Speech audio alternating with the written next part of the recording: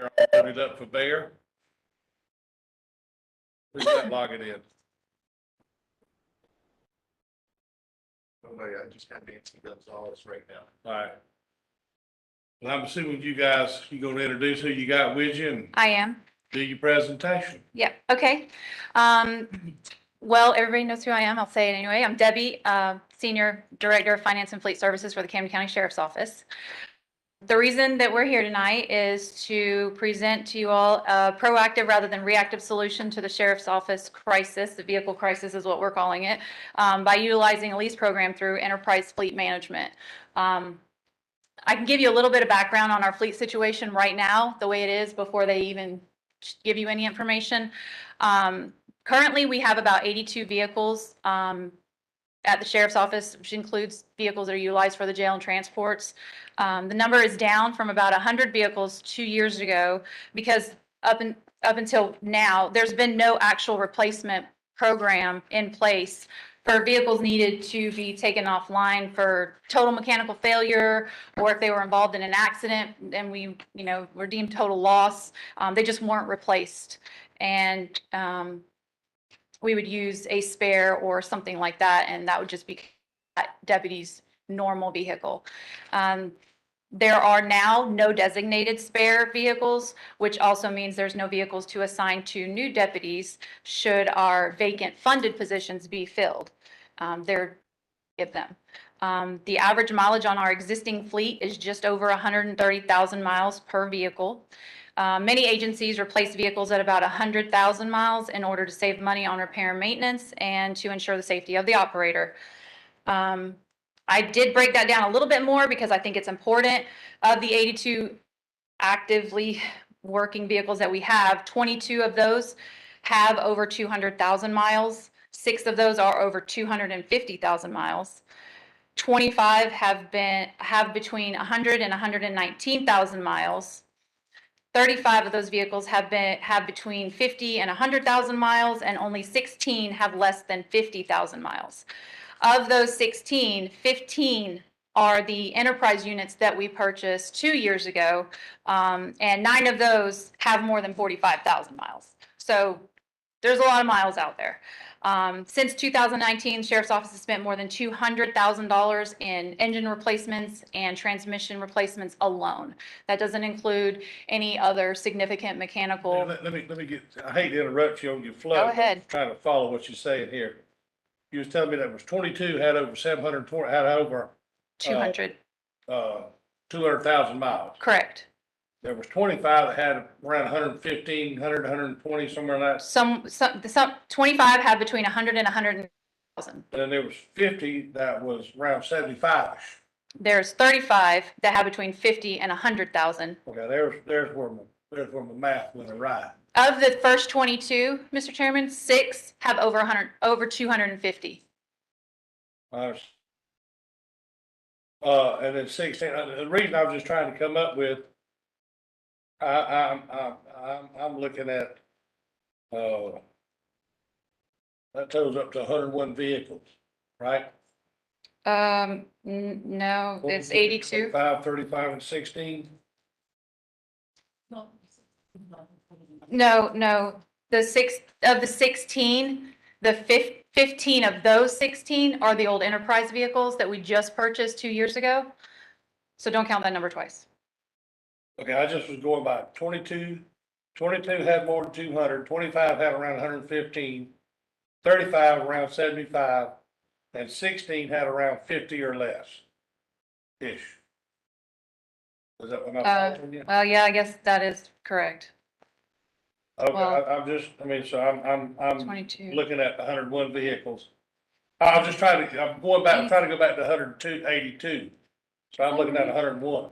Count. Is there 80? I don't know. So I'm in the county too. I'm better. No, I'm better at making them numbers work out like I want to. I believe you. I can do these in my head pretty easy. Okay, so 82 vehicles are the vehicles that we have that don't include, let's say, contracted vehicles or GMA vehicles, grant vehicles that are purchased with other funding sources other than just the county. So we have our Cumberland Island Well, I thought we vehicles. was gonna talk about We are, and that's my mistake. 82 are our active sheriff's office and jail vehicles. Not, that are purchased by the county, not vehicles that are purchased by other funding sources. They're not with the sheriff's office though? They are, but they're not purchased by the county. Okay. Is it like grants and stuff? It's grants, it's contracts, yeah, that's basically it. We still have to maintain them. Sure, we do. Well, I'm just trying to get a total, I'm just trying to, where I understand the total picture. So we're looking at 101 vehicles in reality. No, I'm sorry, that number doesn't make sense, but this morning when I counted it all up and I printed it all out, it's 82 regularly working on the roads vehicles that didn't include those. So, yeah, I guess if you want to count those as repair and maintenance, like you said, then Well, we still operate them, we still, I mean, like Ben says, we'll still, however, when they're time to be replaced, they'll be replaced by those other funding sources. We don't replace them. so roughly 19 of the 101, Roughly. well, if we go back from 101 to 82, 82 is what you're saying the county funds. Right, right. I'm just using your numbers now, if I'm wrong, just help me out here, I just wanna make sure I'm looking at it right, I'm just trying. Well, I want to make sure we're right too. So we're looking at 19 that are, you say, funded outside of, you know, what, If you give me a minute, I'll just recount them. How about that? That work? we're in the work session there. Okay. There's nothing, we're just here to all to understand it, but I just wanna make sure we all got the same picture we working with, so I can understand. You gotta keep it simple. I'm challenged. And it's after 5. I've been looking at numbers all day. Supposed to be good at that. I am. I should mention it.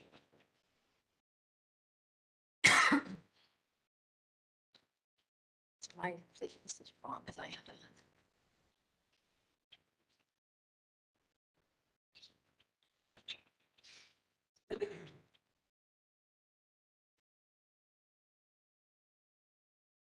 Two,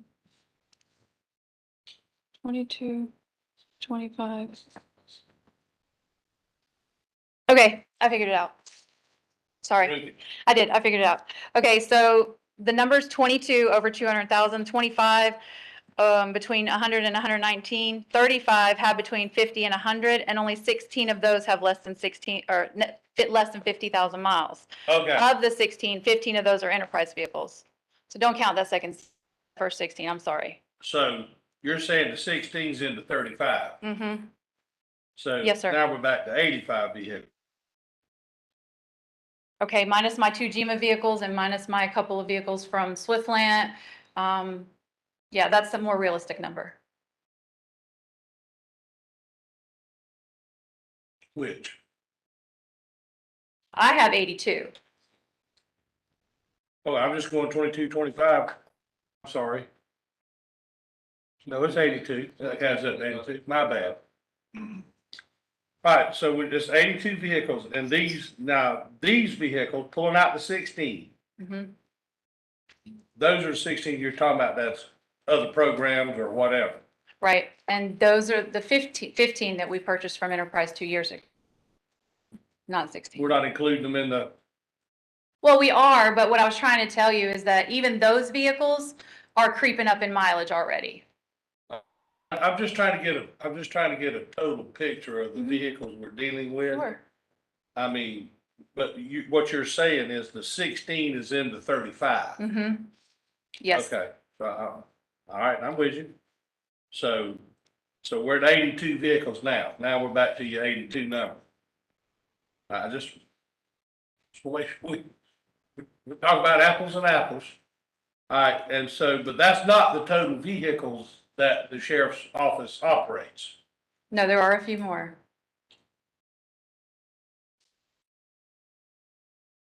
Okay. How many more of those? There's 2 GMA vehicles that I didn't include in here. There is, 2 Swiftland vehicles that I didn't include, 3 Swiftland vehicles that I didn't include in here.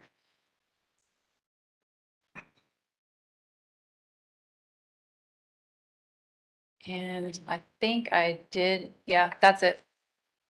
So those kind of stay, they're not part of this.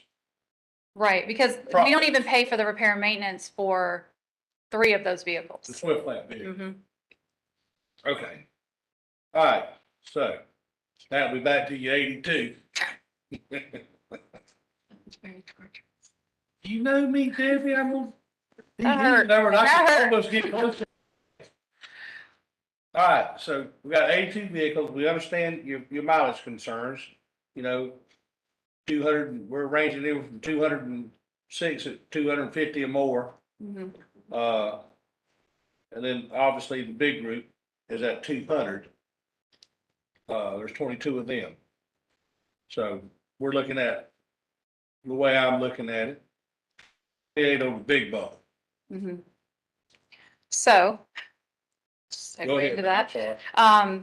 The enterprise fleet program includes the lease and purchase of 30 additional brand new vehicles, fully equipped. And I'm going to turn it over to Miss Heather Bell. She's going to tell you everything you need to know number wise about the enterprise Let me and ask how you- much it's going to cost us. I got a good idea, but anyway, 30 vehicles. Now, is that replacing some of these in the 82? Yes, and it is replacing them, and some of the lower mileage vehicles we would actually keep for spares. Some of them we would hold on to, because we have none right now. Let me ask you this. We got 22, we got 28 vehicles, that's 200,000 and up. Mhm.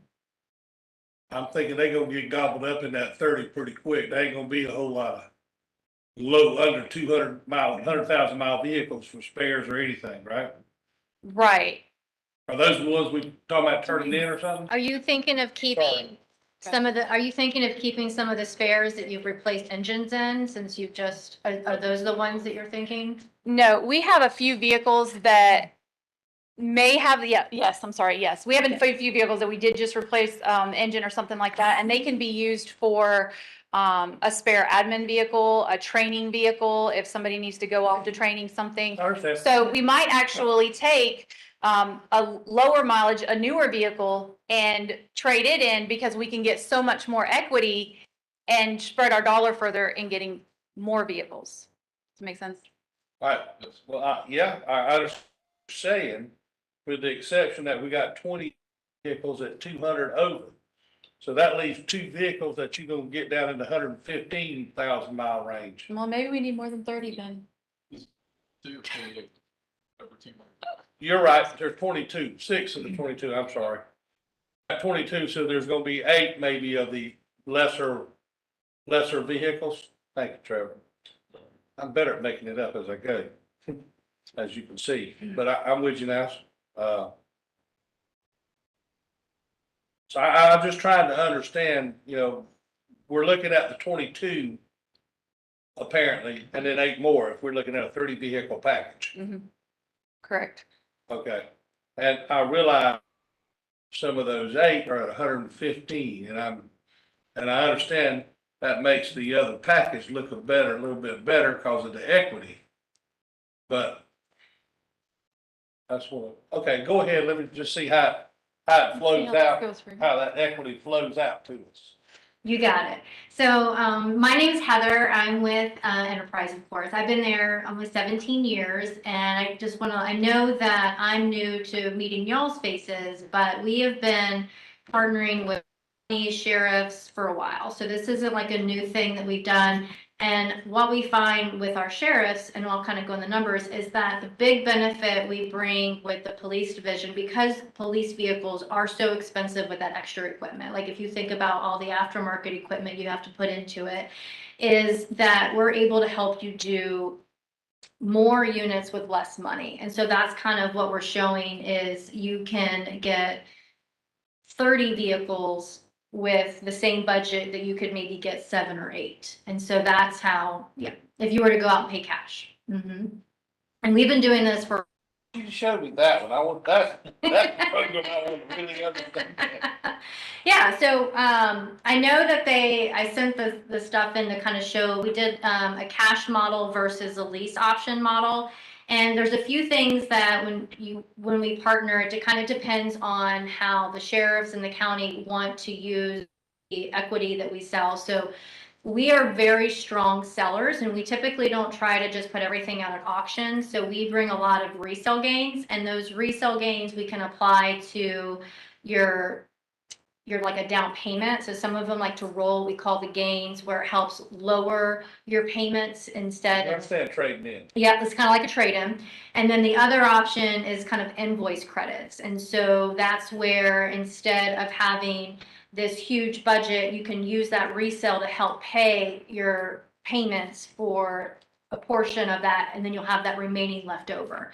And that's where, if we're on the plan, so I don't know if you guys remember probably a couple years ago, what we really show is when we come in and we're planning to have you guys as a partner, and why so many government entities partner with us, is not just the sheriff's card, but the counties, the administrative vehicles, everything, is we really show how we can lower your total cost down. Like it could be, depending on your fleet, I've seen millions over 10 years that we've lowered county sheriffs together. And the big thing that we look at is where a lot of times a lot of our government partners focus on capital. So like how much is it going to cost? Like like you said, where it's 4 vehicles, you got to go buy capital, and not really focus on the maintenance part. And so otherwise, like she said, she put 200,000 into maintenance over the last 2 years. And we kind of look at it as one big piece of the pie versus 2, is kind of like how we've been doing. If you want to see the numbers, I'll show you that. I can see you getting, you're like, I want to see it. Did you put it up on the thing? You can't just put the Excel? Okay, yeah. I'm looking at the, Okay, you're looking at it? Okay, I'm good. looking at the menu price, and she just texted me, idiot, look at item 7. Item set, okay, perfect. Oh, Something I'm paraphrasing.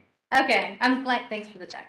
Okay, so on the first one that says menu pricing, when you kind of look, so we kind of help target which ones we would resell, and that's where we looked and give resale values for all of your vehicles. And so that's where I've been working with Debbie to say these are the ones we would resell. And that's where your current estimated equity is just over $400,000 in those vehicles that we would resell. And so your total budget, sorry, I had the cash option. Your total budget, if you were to just use that as invoice credit, would be just under $500,000. So for 30 fully equipped police vehicles, that includes all the aftermarket on it, is just under $500,000, and then your estimated equity is just over 4. So that year you would spend about $87,000 in lease payment. Pause 1 second. Mm-hmm. So when I'm looking at this lease cost year 1 to 492 you're referencing, then I look at the cost aftermarket. So you're saying this 26,000 and additional is in that lease cost year 1 number already? Yes, we bundled everything together, so it's Okay. Mhm. Yeah. All right, so 492 all encompassing, it's a complete decked out, if you will. Yeah. Okay. Mm-hmm. And then you're saying, I have to say it so I get it. Yeah. So you're saying that the projected equity from whichever ones you're looking at, and we'll talk about that later, is 405,000. So you're saying in year 1, we're out of pocket 87,000. Correct. Okay. How is a 5-year lease? So 5 years, yes. Based on the mileage, that's where we would see it, so that. I'm looking at 10,000 miles a year. We both know, That's not right, yeah. No, I'm that's what y'all's pricing plan, and I'm new to here and just talking, like, I'm new to your account, and so talking with. 17 years now, come on. No, I said I'm new to y'all. I said I'm new to y'all. So I'm learning, but she did say y'all do more like 30. So it still would be 5 years. But this doesn't show your. What's the cost for each year after this first year? It would be the 492. Okay, so we would have 4 years at 492. But the way that we would do it every year and how we work with sheriffs and counties is we're constantly cycling out. So if you were to look at your fleet, there'd always be something you're reselling.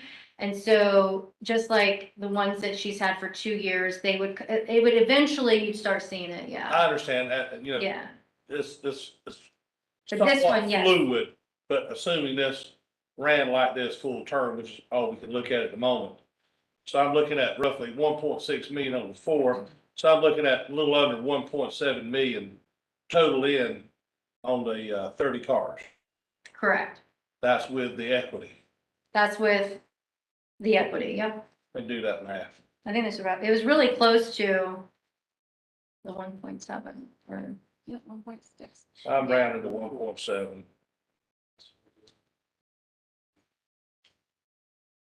So we're still paying about 56,000, I think I got. you know, with the factor.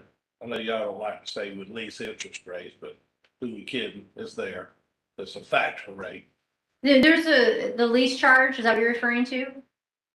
whatever y'all call it. Yeah, so the lease charge is combined of the interest rate, which is off of the 3-year treasury bill. So with the way that I think Debbie had set it up is a lot of the times we work in cooperative, so we've already been vetted out. So y'all's pricing plan would be based off what you piggyback off of, which I think might be Sourcewell, I think is where all that comes in. So that would be off the 3-year treasury bill plus 3.5 basis points.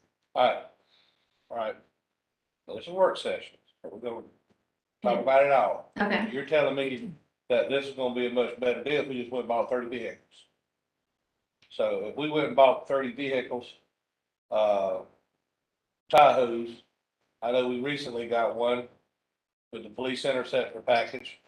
That was 38. You add the 20, that's 58,000, right? So that's about $100 less or more than the 56.6 of the 1.7 divided by 30 that we were paying. And that's giving up our 400,000 in equity. So when you say like you're going to buy a Tahoe cash and you paid 40 something plus the 20, is that what you said? You're trying to compare it? Well, we're paying, you know, we bought one for 38 Mm-hmm. with the police interceptor.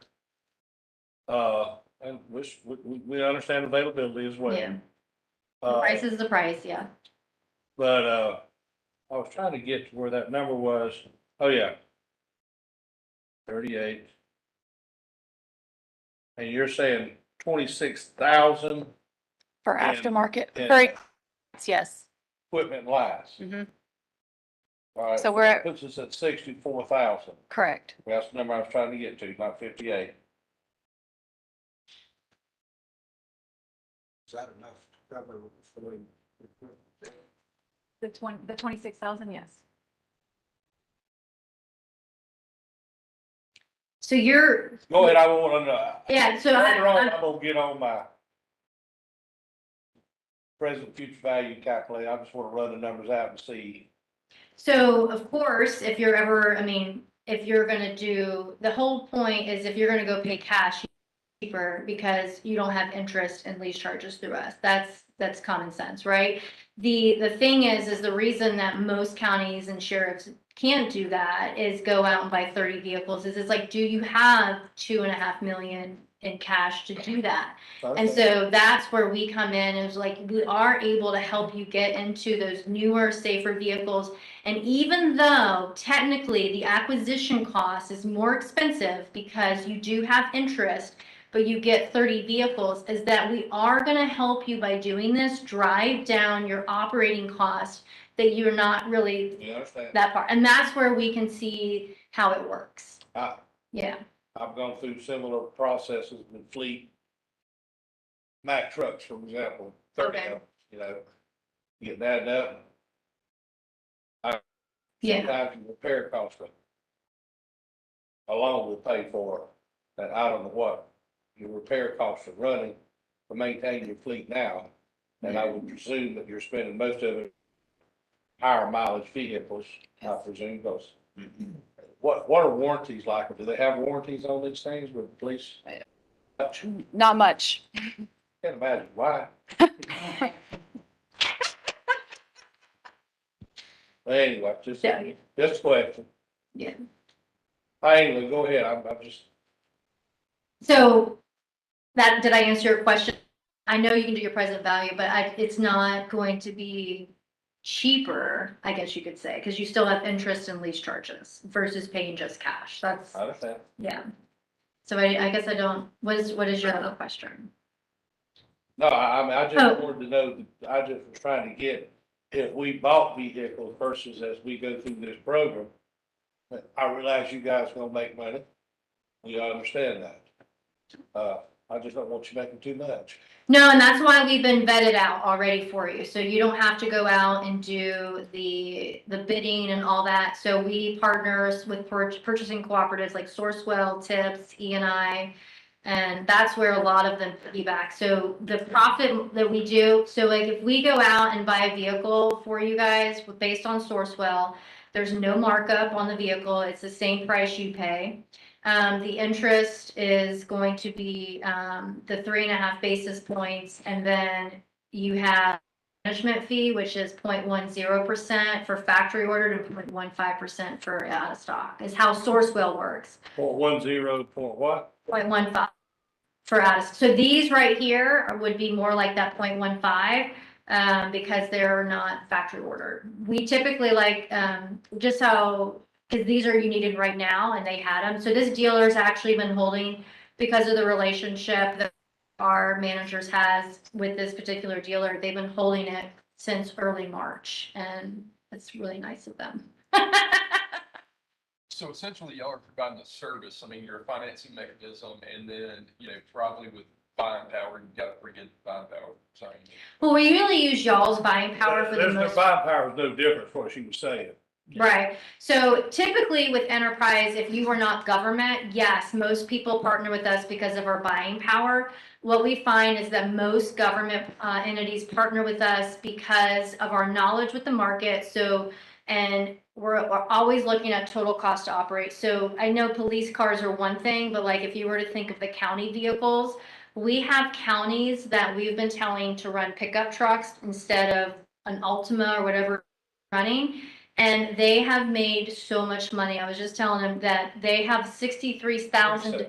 Yeah, that they're just made because over what they paid, like it was a net neutral cost or profit. So that's where we come in is we're going to be like, this is what we recommend. This is the lowest. So you're getting our So expertise. you make it easier. Yeah. A bulk. You guys say, well, we pick up on, we want 30 vehicles as opposed to finding 10 dealers and getting up to 30 vehicles, whatever, da. And we have the network for the dealers nationwide. I Yeah. understand, but like I said, your buying power is the same as ours.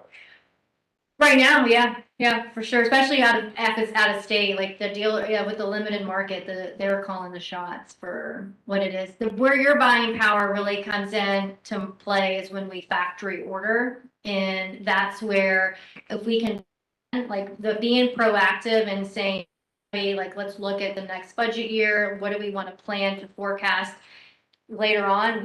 In a normal world, we can factory order that and lock in y'all's pricing without. Let's hit that for just a second. Yeah. What is the difference between the factory? That's where you charge 1.5 though, right? Factory order is 0.10. Okay. So your management fee is less when we factory order. Everything else is the same. All right. You get invoice minus your incentive, and that's where it really plays in. Like, So when you play it out, is your buying power different on factory orders? So it's not necessarily our buying power, but it's our knowledge of what we can get you. So a lot of times Your buying power different than ours on factory order. Y'all's is higher, well, Enterprise has really high buying power for enterprise cars, but when it comes to commercial, we use that knowledge. But for instance, if you were to go off of like a state bid contract and you buy off a state bid, they normally, that has, which a lot of government entities do sometimes, they have bid with that particular manufacturer and they have specific vehicles. They don't have everything, but specific vehicles. What we can do is we can be like, okay, what is it you want? So these are the vehicles and I'm just going to use a GMC Sierra, for instance, because not that you would need it for that, but that's something you usually can't get off of a bid.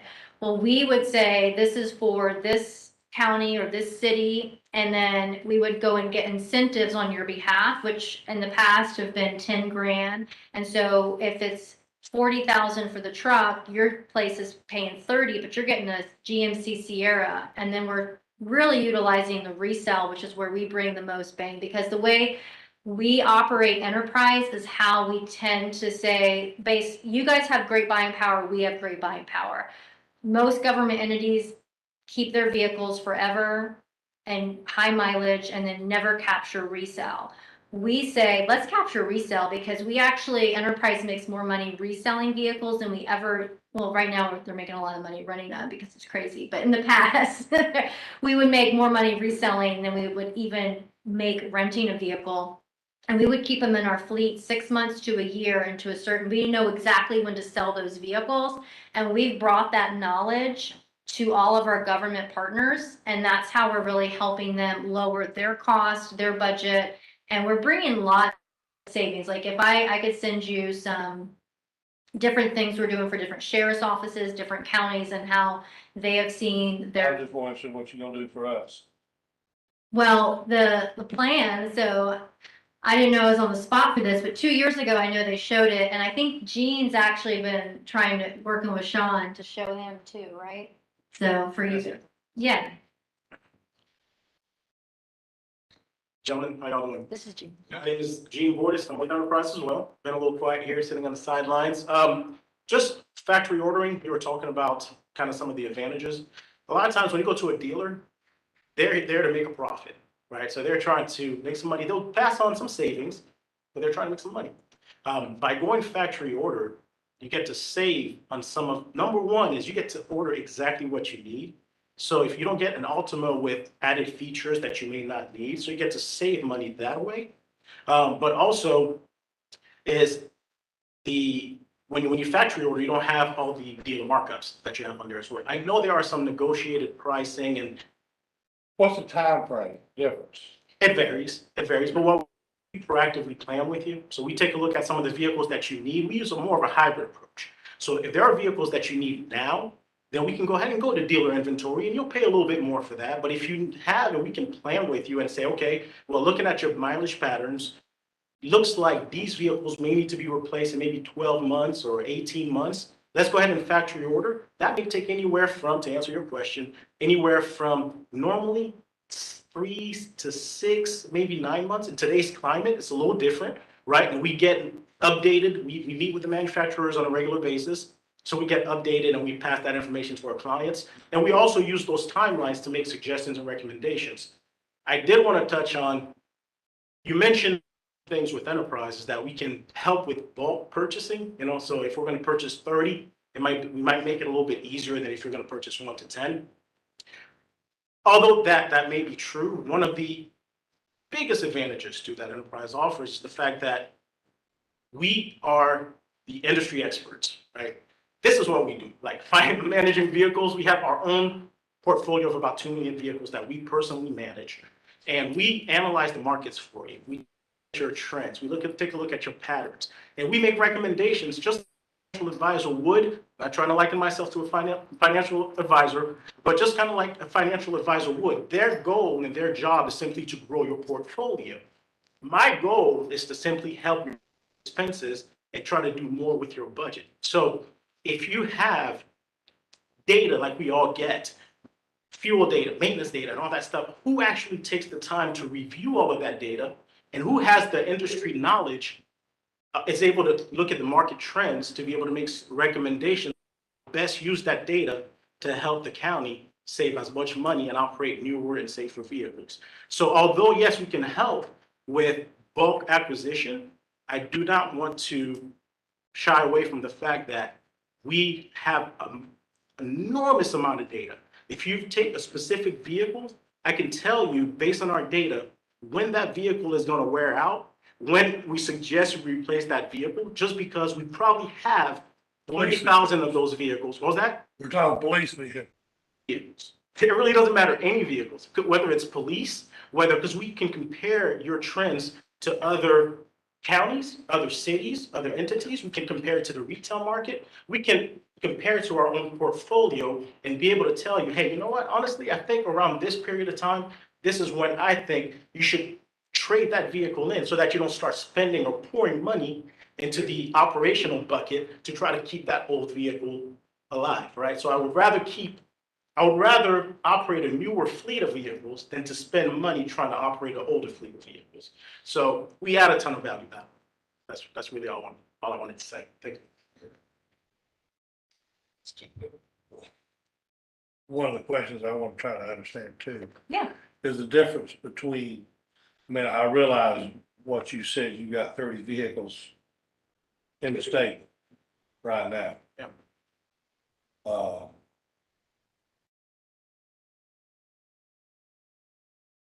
What would be the difference in going factory? So if you. And how long? What's the Yeah. turnaround? So right now, we're in a different world, and typically you could have, like you said, 3 months had a vehicle. I have some clients that have ordered Ford's vehicles back in November and December, and they still don't have them. Well, I'm talking about the ones we would order. So yours are already been ordered, and some of them are built on the lot with this dealer. So this dealer already has, like, he has them on hold. So the Well, I'm Tahoes. saying I'm talking about he's got a hold. What I'm trying to understand is if we went to the other program where we would get the lesser rate, 1, 2, we're order specifically what we need as opposed to when a dealer orders them, you know, they go through, they check packages and da. Some you want, some you don't want. Yeah. I get it. Whereas we specifically order, it's a custom order in essence. What's the turnaround on a custom order for something like these vehicles here? You're probably gonna be looking for police vehicles. If it's Fords, you're probably gonna be looking for another, it'll probably be, they're about 12 months backed up. Are we looking at Fords? We have some Some. Fords. Yeah, the Chevys, Tahoes, I actually have that. They're, Both are Tahoes, aren't they? There's 16? 9 Tahoes, 5 F-150s, 15 police, Yeah, that's what I was trying to find out. So it's 15. yeah, well, 15 plus 5, so 20 Fords and. Sheriff, I like those as good as the Tahoes. The Interceptors? Yeah. They're close to being on the same operating platform. I mean, they're small. A little bit smaller, but they're still very functional.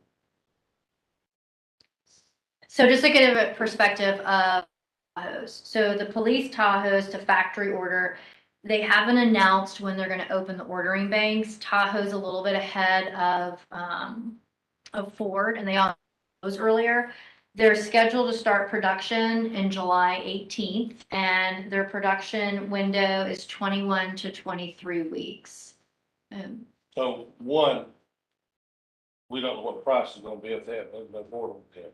We Correct. have no idea what They're the price for it's gonna be. They're expected to have about a 10% to 15% price increase is what we're hearing across all our manufacturers, across all brands. Is that over what you got currently got set aside now for third? So you have 2022 set aside. It's true. These are 2022, obviously we'd be ordering, Mhm. it'd be 23s. Right. So understanding what you're saying at this point, what you're proposing is we 28 or 30, 22 of the old ones, 8 of the lesser mileage. the package. Turn those 30 in, we get 30 back, pay 87,000 the first year, and then the 492 for the next 4 years. Correct. But Is this taking into consideration any added vehicles that we need, or this is strictly replacement of the? This is strictly replacement so vehicles. this is pulling the 30 out, and sending the 30 back. Yeah. Right. Okay. And if you wanted to consider, I know that this budget goes from like July through June.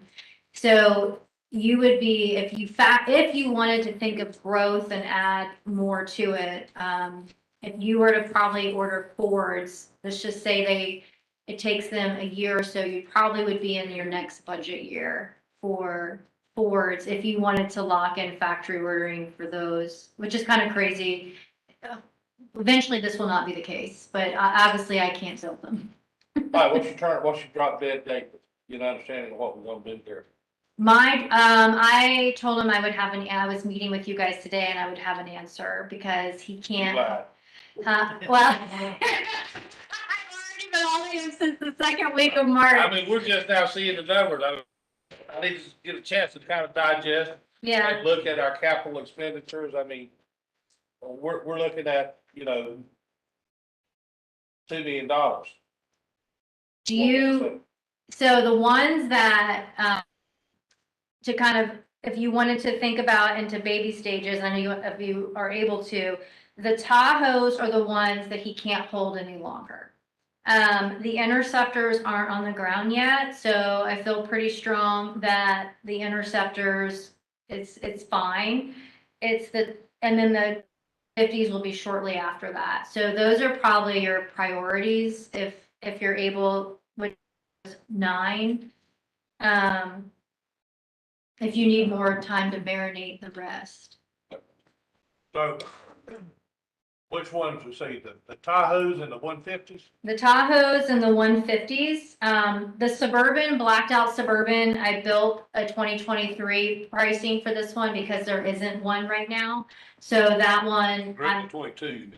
I built a 2022 and I used, yeah, see, but, I used 2023 pricing, because you can't build a 2023 yet, so I increased the price by 10%. So that would be one that we would either have to, because you want it blacked out. They're ordering banks for the Chevy Suburban, since those aren't police graded, I do believe are, right, coming up, or if not already. F-150s.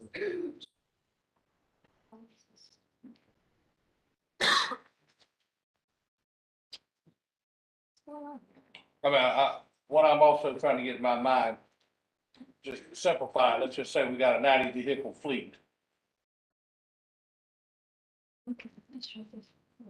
We're talking about a third of it. So I'm trying to get a staggered program here where,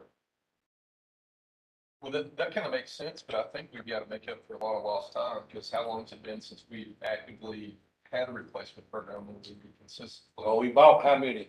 But we've never, to answer your question, we've never had a replacement program. When the vehicle gets totaled for whatever reason, or is just simply too old for us to keep pushing money into, it gets taken off a line, and we have not ever replaced them for those reasons. We don't replace the wrecked ones? No, we have not. We get a few vehicles each year, but it's not, it basically just fits that current year, and we're not making any progress. We're just falling deeper and deeper and Okay, deeper. well, you know, when we did this a couple of years ago, I thought we were this was the state of the getting into the replacement, getting on a system here where we're spreading it out, in other words. Maybe if we're looking at, what's the lifespan on these trucks? 4, 5, 3, 4, 5, 6 years? I don't know, I'm asking. So typically, a lot of our clients will do, we do the 5 years they'll take out because they're usually over 100,000 miles. And then some, if they're a little bit lower because the person lived closer in town, they might move that to a spare and take it off our books and own it, because that person, if they take them home, like lives close. Give me an average lifespan on these Tahoes, for example. I mean, it's typically 5 or 6 years. I would say we're doing 6, okay. Okay. And the Tahoes would be indicative of the others, I assume, as far as wear and tear, lifespan, they're all that. They're all about the same. 6 years. Yeah, it didn't, as long as, I mean, some are, I have some clients that have to hot seat them, and so those even last less, so. Yeah, I mean, would you say 30? Is that roughly how many miles? Mile. Yeah, I mean, I would roughly, yeah, I would say that. So I mean, I think you're doing good, get 4 or 5 years out of it. yeah. If you guys are doing 30, Uh, if you guys are doing closer to 30, I would say I'd cap it at 5. Just because you guys are more spread out. I have some that are, like cities, for instance, they're in like a 5-mile radius, so it's a little different. what I'm looking at, what I'm kind of thinking is, I want to have a little more of a long range. Instead of just coming here, we need 30 vehicles, knee jerk reaction, da, da, da, da. I'd like to get a system in place. So we. Looks like 18 vehicles a year would rotate out 90 vehicles over a 5-year period, Sounds about right. Yeah, right? I mean, in a perfect world, that would work, but Right. we've got several that are over 200,000 miles that have been neglected that. yeah, if we were on this program and kept going, I agree with you, it would have worked, but the last 2 years, you guys haven't replaced, like you guys, I think you got on the program, we recommended 30. That first year, I think you guys did 15. And so those just continued to get higher mileage. So it's like, do you want to rip off the Band-Aid and get rid of the high mileage? And then we can plan. So what I recommend is if you have those 30 and you get those 22 low mileage and you get rid of the ones that we said, if you need some for growth, because I know you said you're trying to hire, is that we can, since factory ordering is opening up, I could come up with a plan too, where we could maybe target the ones that are in that 150 range now that we get out of next year, so we're not having that knee-jerk reaction after the ordering banks have already closed again. All right, say that again in numbers. So okay, so we have 30 on hold. She's got 22 that are over the 200. Right. And then there's 8 left over. I don't know how many, Debbie communicated to me that you guys are trying to hire a few people and they don't have a vehicle. So I don't know if she wants to use some of those. We or- have open positions that are funded that if we were to hire somebody, we wouldn't have anything to put them in. Okay. So we would have to hold on to some of those better vehicles. So we keep the 8 I would say that that's, we're looking yeah. at the 115,000 mile we range actually did a chart on that. We would keep and focus on the 22. 3, 4. I kind of agree with that. Why would you get rid of a car that has less than 30,000 miles? Where? Yeah, we're, Unless y'all plan to have them as a spare. we are keeping 1, 2, 2019 Dodge Charger, 5, 6, 28,995 miles. 7, 8. We're actually keeping 8. Actually, 8 what? we're keeping a Ford F-150. It has 36,000 No, no, miles. Okay, so the highlighted area is not the ones you're necessarily going to get rid of. This sheet you're looking at? Yeah. Yes. Right, no, that's not the ones we're getting rid of. So if I could make a suggestion, Where we said keeping investigations, we're keeping it. Keeping investigations. so the reason why, so this is where our expertise is, you guys can, so the 2 that have those low mileage that are the 2014 and 15, you're gonna almost get what you paid for it if we sell it. So that's why we were saying, take advantage of this used car market. It's ridiculous. And sell it. And then if you are able to, because it's gonna help you get to those funds. That's why these are the ones that we recommended that you sell because of the current market position that we're in right now. in the yellow highlighted values. So that adds up to $405,400. And if I, But didn't you just say you're gonna keep the F-150 that has, 6,000 miles? As well as the Dodge Charger that has 28,000 miles? But didn't you You'll say we keep would, those as spare? we'd be better off by selling that one? we recommend selling them, but if that's where I can change, I have my spreadsheet works, if I change it, I can take it out. These are things that we recommend you replace. Obviously, they're your vehicles, I but mean, they're kind of at their peak, beyond too many more years, they're just going to diminishing value. yeah, Lease is kind of like- is even though they're low mileage, they're old, right? But Yeah. they're not gonna value that much. If we wait a We're couple, taking hit on value. well, $20,000 for a 2014 F-150 is pretty darn good. It's probably, I mean, if you think about the resale value, And what was the replacement cost of the F-150? the replacement cost on an F-150 from the dealer, with think about your aftermarket, because it was 68, so 68. 42.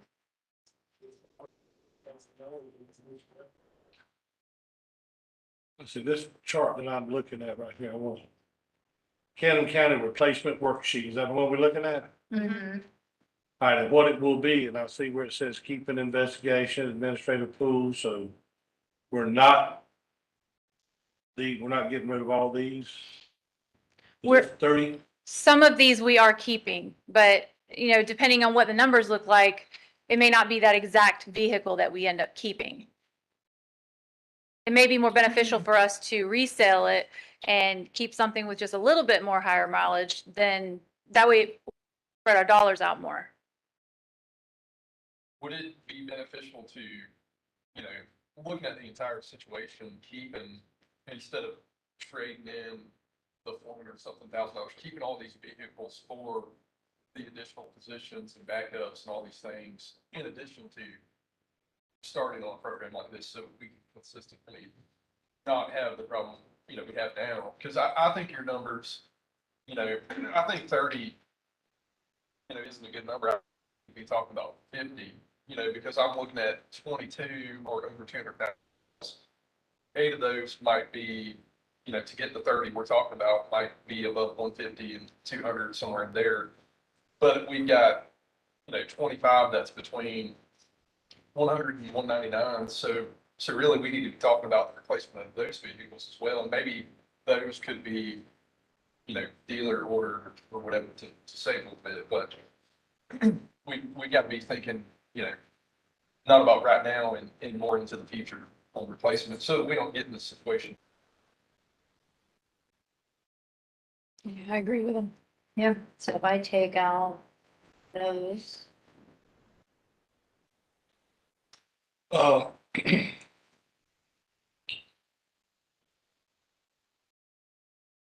it brings it, so if you take those out, you're at 323,400. you talking about the equity, though. Now, one of the things that I kind of want to highlight too is that we have a team of folks that put this data together, and they more than just how many miles are on a vehicle, right? And it's not, just, we'll take 90 and divide it by 3. They look at all of it and say, hey, what can we do to minimize the cash that you guys are going to have to spend on these vehicles? So we put the resale values there. We identified certain vehicles that would help fund this whole thing so that we can minimize your out-of-pocket costs. We can remove them. All of these are just guidelines. They're just our recommendations. At the end of the day, we present it to you and we can tweak it as needed. You mentioned a replacement plan that we need to focus on multiple years, not just the one. I agree 1,000% with that too. So when we do our analysis, we tell you we recommend replacing X the first year, X the second year, X the third year. We identify which vehicles that we should, and we tell you the reason why we identified those vehicles. So we can tweak it as needed, but I just want to let you guys know as well that there was a team that was behind putting this together for you, that was not taking just one or two, but several factors, including the resale values, to try to pump some cash back in to try to minimize your costs. We understand. I hate to bring this up to you, but I've just noticed, Our time, about 3 minutes away from our meeting, so we had kind of a hard stop. We need to look at what you're doing here. We also I need to get with where the money comes from, what money we have that we can do this with. You know, before, that's why I said, I can't tell you right now, you know.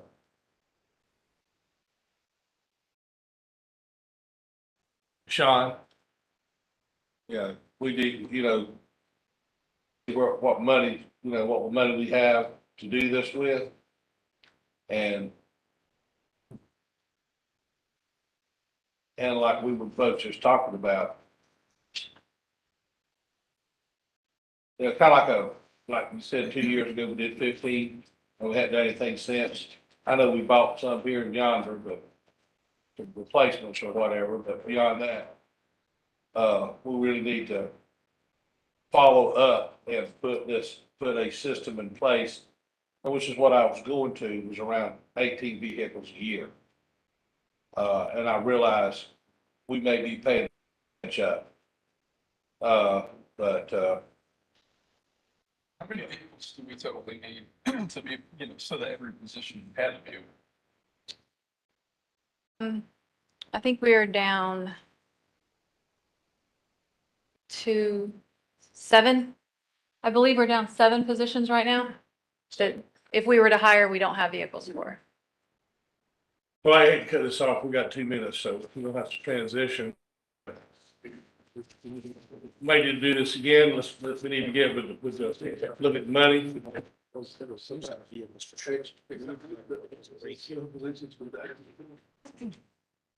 Just want to make sure. She said if they fill Addition to- positions, there's no vehicles for them. No, there's not.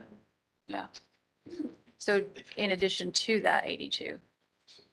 So in addition to what we're buying here, we would have to buy a vehicle for funded, unfilled vacancies. So roughly around 90 vehicles, and if we replaced 18 a year, then we could cycle out everything in 5 years, but we've got to figure out how to catch up from the lost time. I think the problem is we gotta catch it up and we might have to buy more to begin with, but you don't I have to buy them understand. all at one time. You know, have them where you can rotate them out. Well, Well, these are coming in different. Remember, the Fords aren't ready yet. You don't pay until you Take possession. take possession of the finished vehicle. Yeah. So this, really need to talk some more. yeah, so how can we talk some more, but not have to wait till next month, because I won't have these? We don't have to wait next month. We can, We got a work session tomorrow afternoon, do we not? Can we not just do we? buy in on that? But we're in danger of losing the 9 Tahoes Exactly, yes. and the 5 F-150s, or just the Tahoes right now. Yeah, I mean, it's on the agenda. We can. And we can Those stay. Tahoes. Yeah. We have to.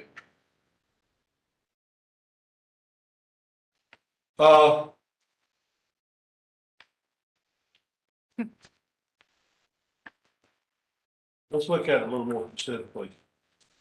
We'll be here tomorrow. Well, like Fred was saying, this is an agenda item, we can pick it up in a regular meeting.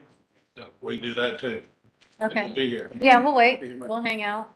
It's 6 o'clock, so we're gonna pause this for a minute, and then, we're gonna delay this for about 2 minutes, so I can walk that way and come right back. I hate not starting at 6. Better than the alternative.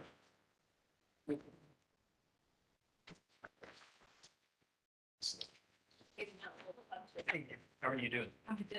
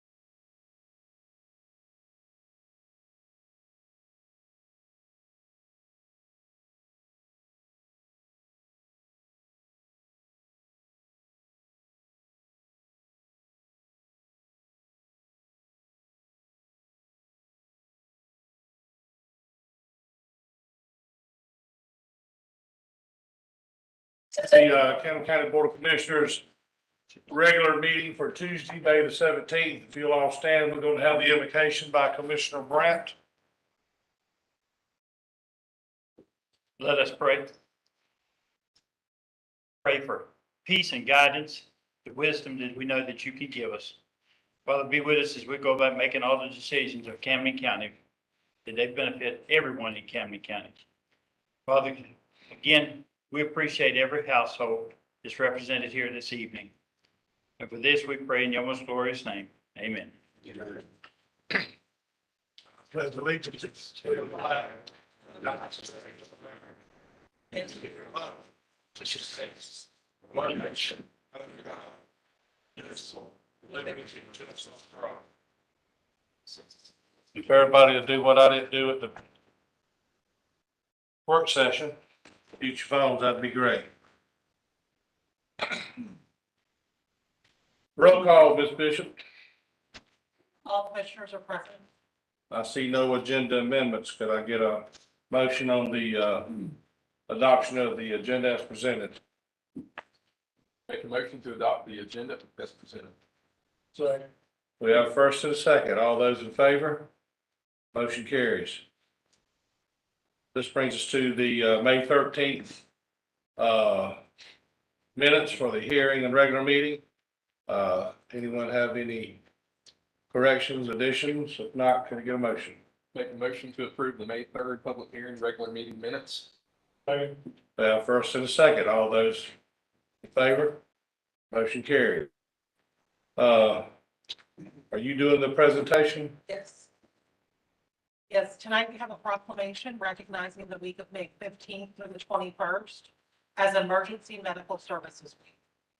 Emergency Medical Services, or EMS, is a vital public service, and the members of emergency medical services teams are ready to provide life-saving care to those in need 24 hours a day, 7 days a week. Access to quality emergency care dramatically improves the survival and recovery rate of those who experience sudden illness or injury. Emergency medical services has grown to fill a gap by important out-of-hospital care, including preventative medicine, follow-up care, and access to telemedicine. The emergency medical services system consists of first responders, emergency medical technicians, paramedics, emergency medical dispatchers, firefighters, police officers, educators, administrators, nurses, emergency physicians, trained members of the public, and other out-of-hospital medical care providers. The members of emergency medical services teams, whether career or volunteer, engage in thousands of hours of specialized training and continuing education to enhance their life-saving skills. It is appropriate to recognize the value and the accomplishments of emergency medical service providers by designating Emergency Medical Services Week. Now therefore be it resolved that the Camden County Board of Commissioners do hereby proclaim the week of May 15th through the 21st as Emergency Medical Services Week, with the EMS strong theme, EMS Week, Rising to the Challenge. We encourage the community to observe this week with appropriate programs, ceremonies, and activities. And I believe we have some members of Camden County Fire Rescue here. If you could come up and we will get a picture.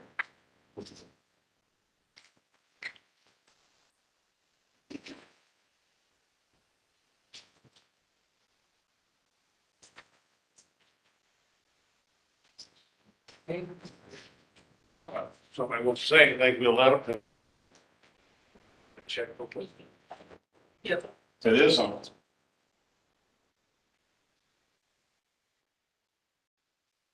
All right, who's gonna take this?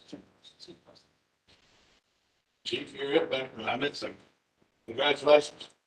And we hope this works out for everybody. We appreciate everything you do. We appreciate the chief over there.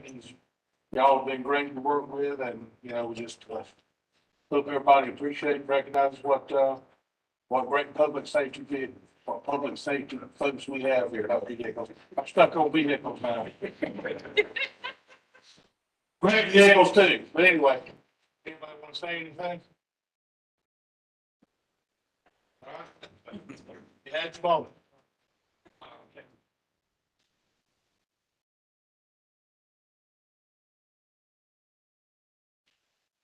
As Dennis for the rest of the week are on, power.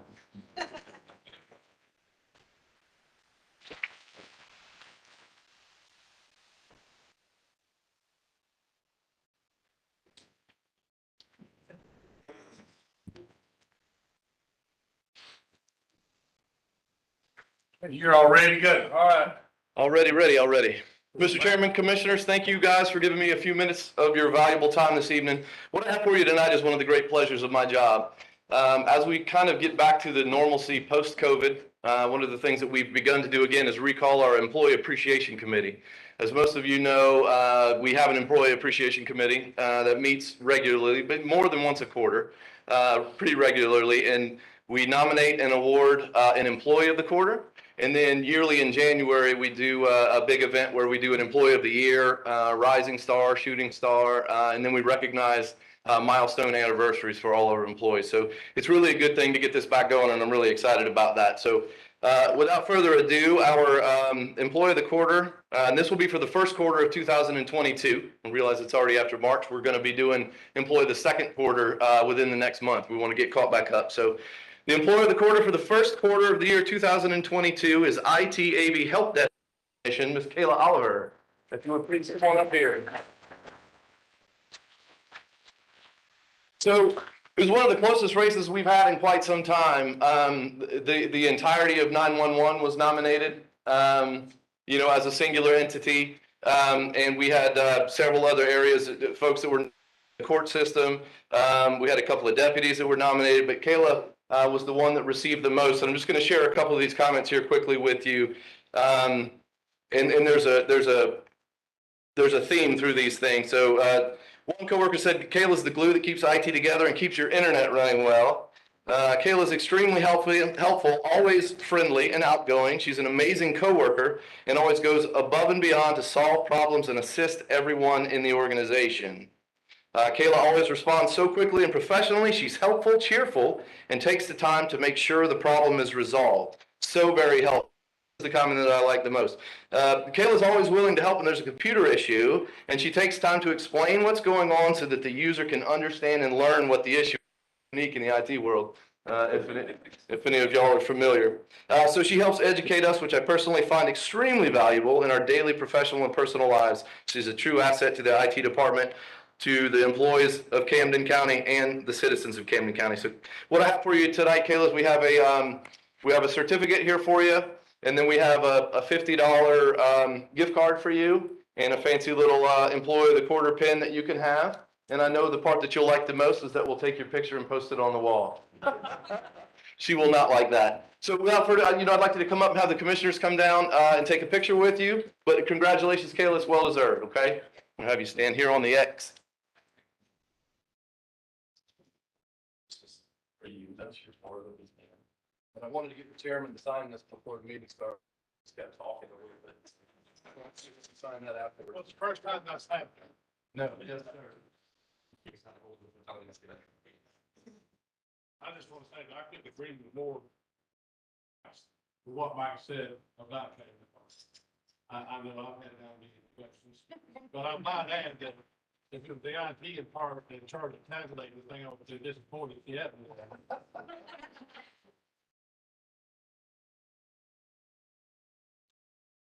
I'll say good job all around, sir.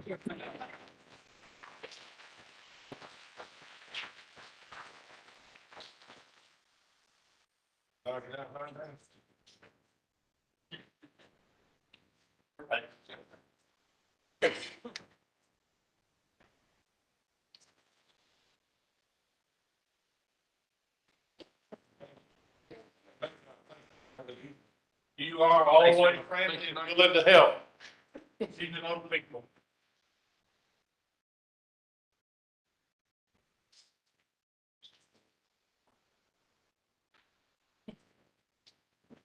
All right, this brings us to our first public comment section regarding items on the agenda. Does anyone register, Ms. Bishop? Yes, sir, Mr. Bingal.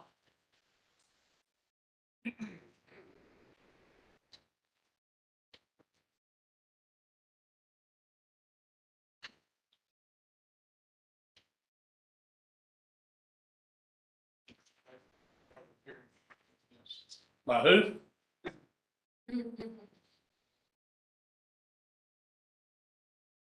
My name is Ben Goff. I'm in Harriet's Bluff.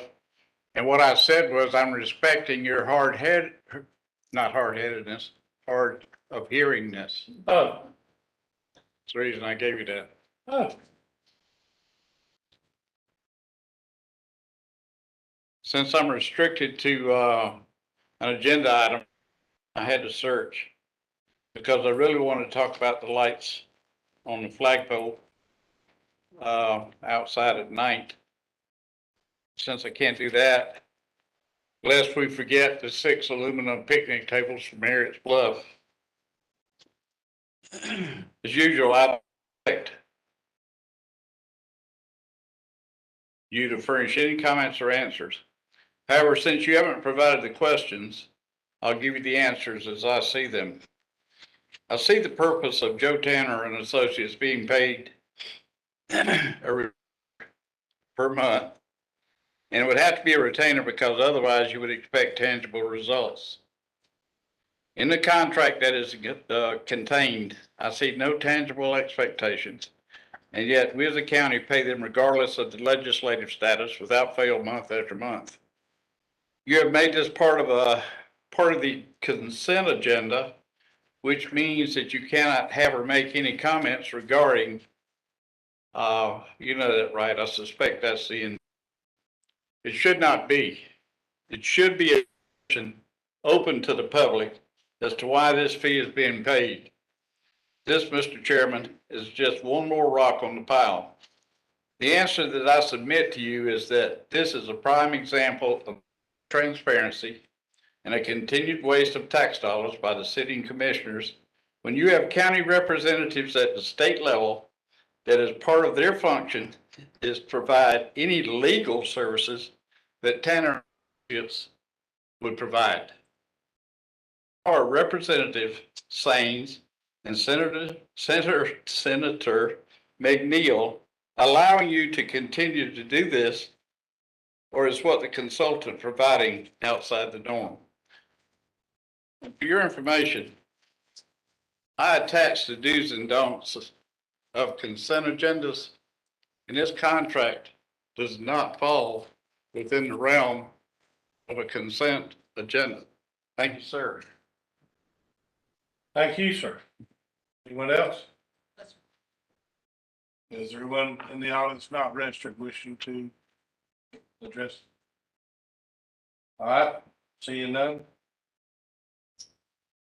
Moving on into a public hearing, can I get a motion to adjourn the regular meeting and convene a public hearing? Make a motion to adjourn the regular meeting and convene a public hearing. Second. All right. Mr. Yakubach.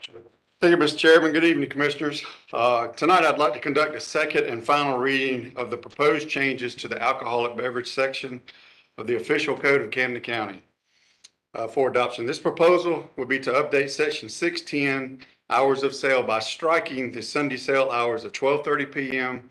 and 11:30 p.m. to the new hours of 11 a.m. to 11:55 p.m. This amendment will reflect the Sunday sale hours in House Bill 879, which was passed in 2020.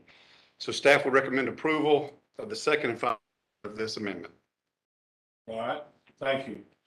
Is there anyone to desire to speak in favor of this?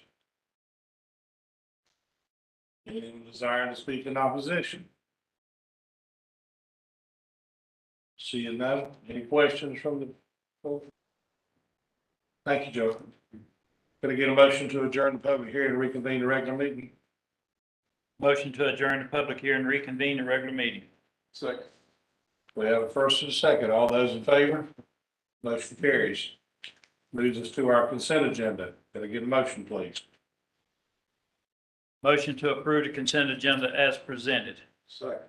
We have a first and a second. Those in favor? Those in opposition? 4-1. Mr. Reddick in opposition. Thank you. Brings us back to Mr. Joey. Yes, sir. Tonight, I'd like to conduct the second and final reading of the proposed changes to the alcoholic beverage section of the official code of Camden County for adoption. As I stated before, this proposal will be update section 610, hours of sale, by striking the Sunday sale hours of 12:30 PM and 11:30 PM to the new hours 11 AM to 11:55. Staff would recommend approval of the second and final reading. Could I get a motion on this item, please? Motion to approve as presented. Second. We have a first and a second. All those in favor? Motion carries. Thank you, Commissioners. Ms. Bishop. This would be what we Yes, this was. carried over. Yes, this was tabled at the last meeting, and it's just back for consideration or either to table it. All right. This is for how many positions?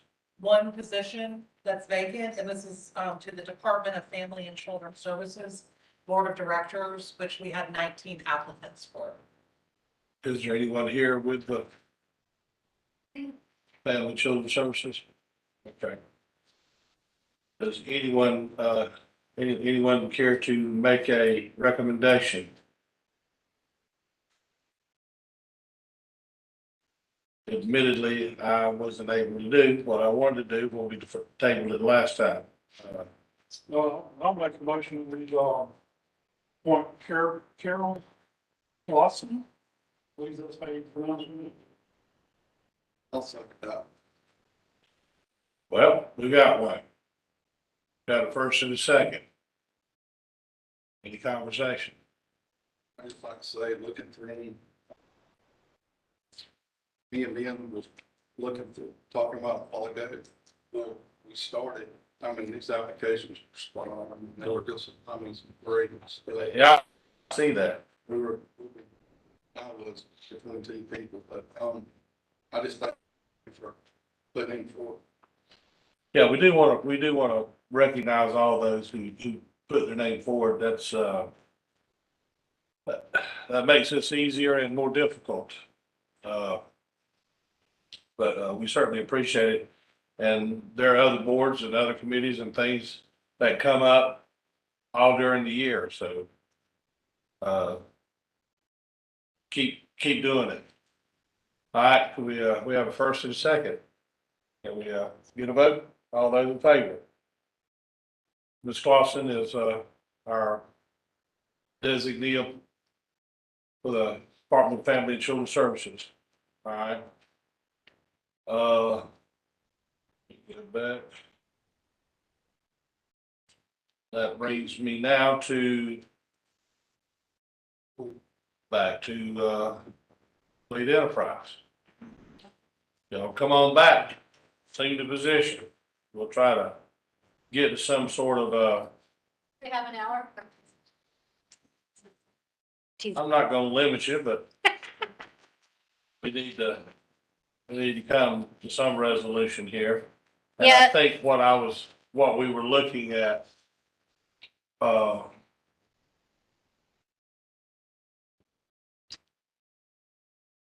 Sean, this number that we're looking at, is that total for the rest of the year, or? Yeah, you're talking about the less than 1.1 million? Yeah. That's for the remaining SPOS day. That's over the course of the next 3 years. That's all we have left. That's including the next item, which is the scuba gear for fire rescue. So is that just for public safety vehicles or? They're talking about these. No, that's countywide.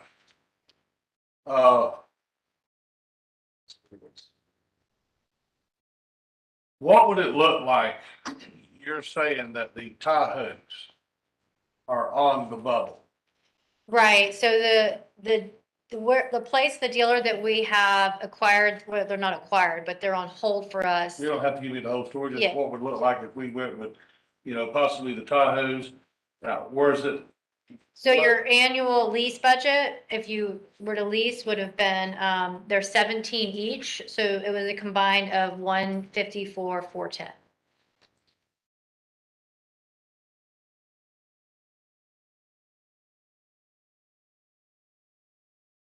Okay. And what about the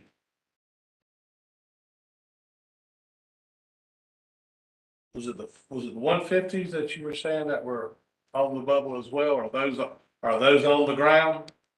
They were in the process back in March, they weren't physically there like the Tahoes, but they were going to be there soon. I can't remember if they're physically there now, but they won't be there much longer if they're not. Like that one was, the Interceptors are the ones that we have a little bit of time to decide.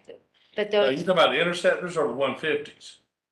the 150s, the 150s and the Tahoes, I would say if we can have a decision on those, because I knew the F-150s were in the process between that's gonna be there. I can't say if they're there this very minute, but if not, they will be soon. But even though they're not there, because there's less of them, people can, if we don't issue a PO to secure them and he lets them go, other agencies will pre-buy them just like we are for how we're trying to do for the All right, I Interceptors. understand. Let me ask you this. We recognize we're behind the 8 ball a little bit here. We gotta play a little catch up. Mhm. Now, I don't know that when I go back to some of these older vehicles, pump the brakes on them. If we took the Tahoes and the 150s, that would be 14 for now. What are we looking at? The combined together, because I didn't bring my calculator up here, you would have the 154, 410, and then the 82, 451. And then just keep in mind, like, your interest, so it vary just a tad bit based off if if the treasury bill raises rates. So But it's gonna be in the vicinity of 236. Mhm. Something.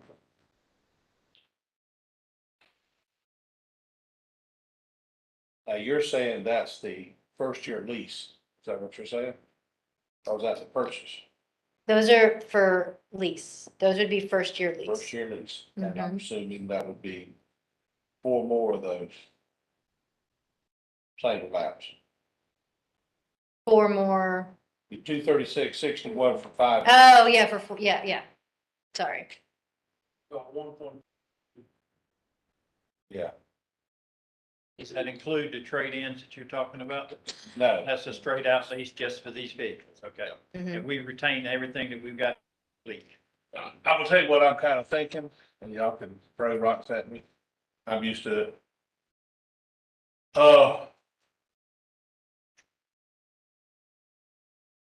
What would be if we bought these?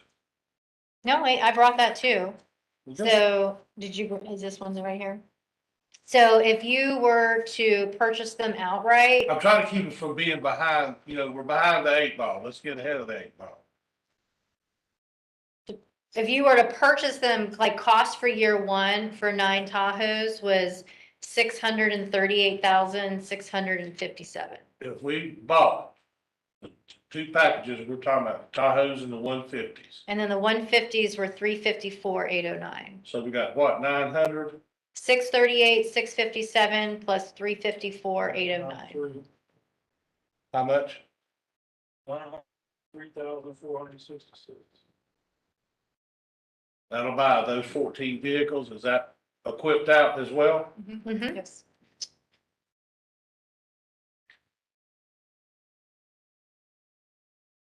That's what I'm leaning to do. Buy the 9 vehicles. And then get right with your factory stuff. And let's get a plan. And we're not behind. They're not short. And we still got some of these older vehicles. I understand trading in a vehicle with 30,000 miles is worth more, but it's also worth more to us. I'm not really gung ho about that. I would like to look at the age of the vehicle in conjunction with the mileage on. They both come into play. But, and get in a yearly process and see what that goes to. We'll have to do a little more studying on how to put the money together for this. But that's what I would like to, So just so I'm clear, if we look at the ones that you have 22 that are the ones with over 200,000, correct? them's the ones I would be paying the most attention to. Right. And so we have 14 now that if we pass this to replace that, are we still looking at having discussions of the interceptors for at least some of those 22 and then starting That would factory be ordering? correct. Okay, I just want to, yeah, okay. And then so potentially not the full 30. So we're going from 30 to 22 for this round, correct? What? I think I had 30, a total of 30 on here. Let's get away from thinking about 30. Okay, I'm thinking about, we're gonna, We gotta get the 14 to catch up. we're gonna, 13 is gonna get our stable up to date somewhat, and give us something, give us a basis to work from. And then we're gonna have the other, and I'm focusing now on the, not 30. I'm not, unless y'all wanna pull 8 from the, you know, with rotating the 200,000 mile and above, okay. rotating those. But that's a little more than I wanted to do at a time. I was focusing kind of, my primary, I was looking at 18 a year, but, you know, we've let it age a little bit, so we may, you know, go 22 and then fall back and get into the 18 a year. But let's focus on the 14 first. And then put together. Do y'all want to go with the whole 22 or look at the price on that, or, I mean, I don't see the point in going with 30 at this rate. Not at this time. I would say 2 to 14 now, so that we can lower the overall mileage. on That's what I'm talking about. And that's gonna put some in the stable, so to speak. There was 15 2 years ago purchased, or at least. Mm-hmm. So what about last year? Did we get any? 0? So I feel like the 14, if we approve that now, would just make up for last year, and then we've still got to determine a plan. That's what we're talking about. That's exactly where I'm going. Don't get caught up. We're gonna have built-in equity moving forward on those 14, obviously, that we're purchasing now. And then we're looking at,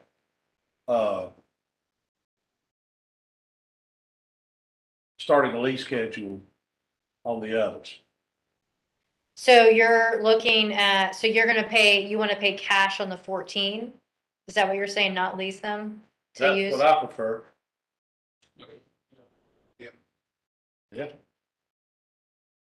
I think what you want to hear. No, it's irregardless to me how you do it. It's just, what I'm thinking, this is just me thinking, is that if we wait to factory order the 2023 Ford Interceptors, knowing that they're taking about a year to build, and these have already been put in production, you would be looking at a very long time for Wait a 2020. minute, I thought the Interceptors were not even here. No, the Interceptors aren't here, but what I'm saying is they've already been, Ford has already, the dealer that ordered them is having them built. Okay, let me ask you this. The Interceptors, what are you thinking they're becoming available? They'll probably hit the ground, if I was to guess, because it's taken a year for I mean, you everything. don't I even would, have the 150s right now. they're kind of, I'm probably thinking November, December is when, and that's just me guessing, just how Ford's been behind, is when That's my point. but. We're not walking away from these. Okay, I'm not walking away from these. but they're not ours, they're not Enterprises, they're somebody else's, so anybody, if another county or if any city, anywhere in the United States, and Enterprise in general, we all work with a lot of the same dealers, these can be taken from us, like, just because they might not hit the ground to December, you can lose them if we wait till forever to have that conversation, is all I'm trying to say, is because people can prepay for them. How long are they on hold? And it'll be in, yeah, so that's what I'm saying, if if you don't think now for these 30, and we wait until this summer when they open up, so let's say for 2023 opens up July or August to order, you would probably wait, you'd be at next budget Let me year. back you up. Okay, Maybe we're miscommunicating. sorry, yeah, All right, 14 now, let's get that out of the way. okay. All right, the others. Those vehicles aren't gonna be available to the end of the year.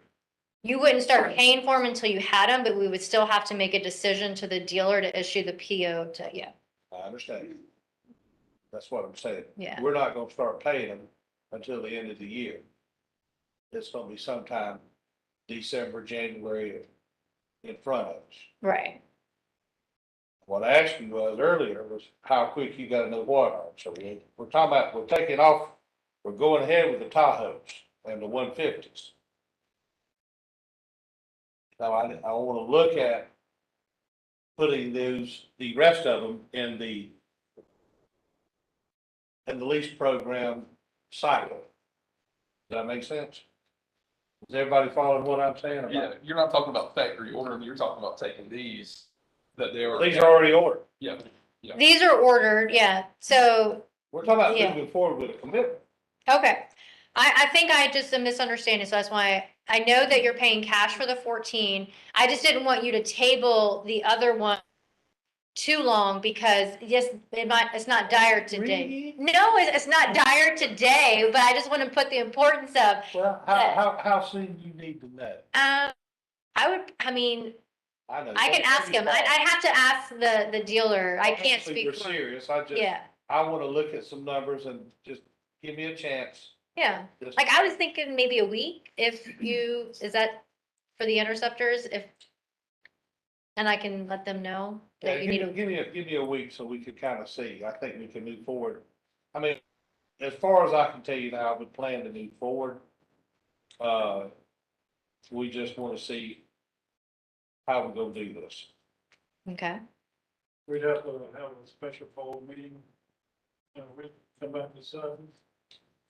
I don't know that we would. I think if, you know, if everybody understands kind of the program now, let's go back. Now, when you, on these other vehicles, I'm looking at taking the 22. I don't want all 30 of the ones that trade Right. in. I'm looking at 22 of them. That's gonna give us an extra 8. So yeah, so you want to sell 22 of the older ones to replace, correct? If they meet the criteria of the mileage and that we were talking about, I need to go back and look at those. Let's see.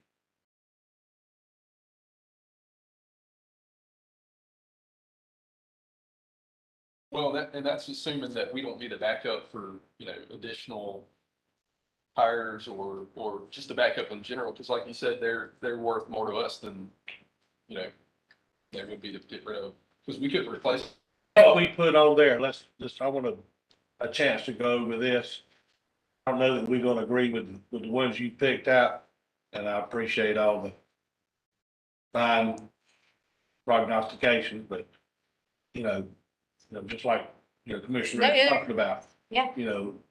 They may be worth a little bit more for us as backups or whatever. Or, if a position's filled, instead of having to run out and find the vehicle, we've already got it. We get rid of it anytime. It seems to be getting them back in here that requires a little more planning. Mm-hmm. But let's go back over this list and look at what we talking about getting rid of. I'd like to get with the sheriff and just kind of pick what we want to get rid of and then start this process. And then agree moving forward. I'm not gung ho about getting rid of a 30,000 mile vehicle. That's a 2019, a 30,000 bigger, it's a 2019 Charger. I realize it's got more vehicle. But if I'm not mistaken, those are predominantly are either on the road are the resource folks. So, And then you don't have, so the decision of which ones to sell doesn't have to come with the purchasing of the Tahoes or the F-150s, because and not until those come and you decide, we can sell them whenever, since they're, like, you could have the Tahoes and then we can decide, like, we have time to decide which well, one. we're not selling anything for them. Oh, We're just buying. well, we could still sell them for you if you want. What? Any of the ones you wanted to get rid of out of Oh, the okay. 22, Yeah, I yeah, understand that. yeah. That's fine. And you could apply it as invoice credit if you wanted. Well, just like you did, we'll just Mhm. take it up front.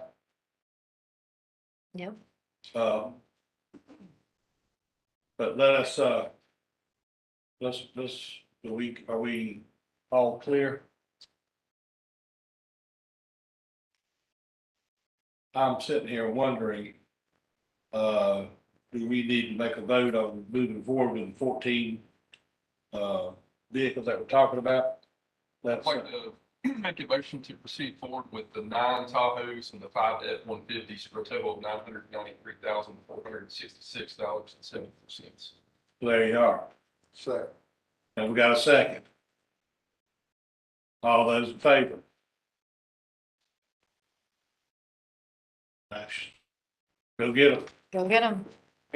Those are on the ground, right? So they'll be here next week? They got equipment installed. They gotta get the equipment installed. Here, when they start putting equipment on next week? Let's start putting it on. It's your problem now, in other words. Yeah. All right, may we be excused? come on, Sheriff. You the one with the gun, the badge, and keys to the jail. You come go when you want to. Thank you, guys. Y'all have a good evening. Thank you. All right.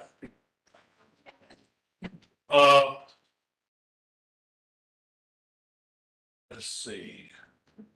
There we are, number 8.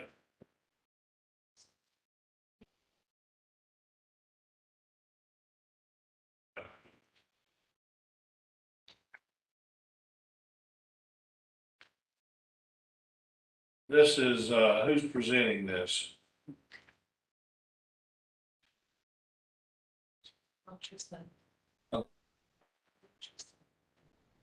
Chief who? Chief, where is he? Oh, Chief, we're on your item. Whoever's doing it.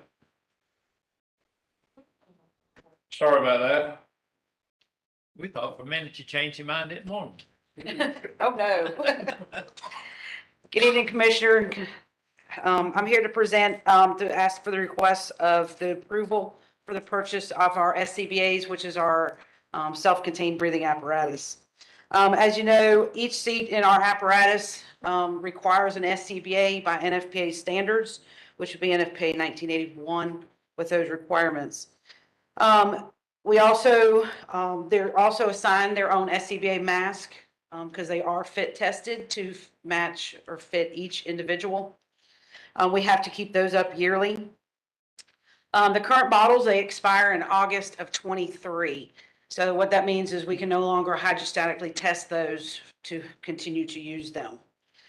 The age of the current units also, they're not up to compliance. So by August of 23, they will no longer be compliant with the 1981 NFPA standard. Also, each pack is equipped with a pack tracker. In the quote is 2 pack trackers that will be carried by our battalion chief. This is to allow us to track the individuals inside of a structure fire or inside of a building that they are wearing these pack for Mayday situations or issues of that sort. Also, the reason we're going with the Scott SCBA is because we are operable with the 2 other departments. So meaning that if we need to use a bottle, if we go to a fire in St. Mary's or Kingsland and our bottles are empty as prolonged incident, we can actually utilize their SCBA bottles filled also. They're all the same. Correct. So at this point, we're asking for $710,502 to replace the complete fleet. Just to let you know, right now with the cost of repairs, we are also at the point that we're spending about every quarter, we have about 15 to 20 SCBA's that need to be repaired. which obviously that's pulling out of the frontline fleets to have those repaired. How many of these units are in this? So total, there's 80 units. That's to replace each seat. And then there's 160 You bottles say seat, you talking about seat on a vehicle? on a vehicle.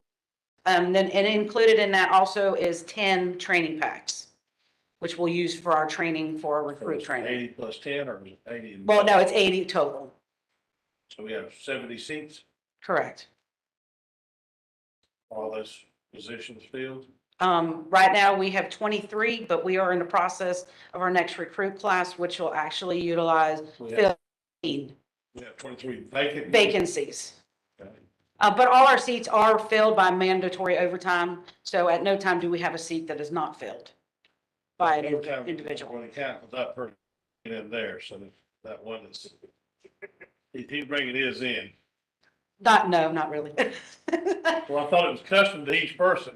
No, the mask is, but the SCBA's are just assigned to the seat of the apparatus. Okay. Okay.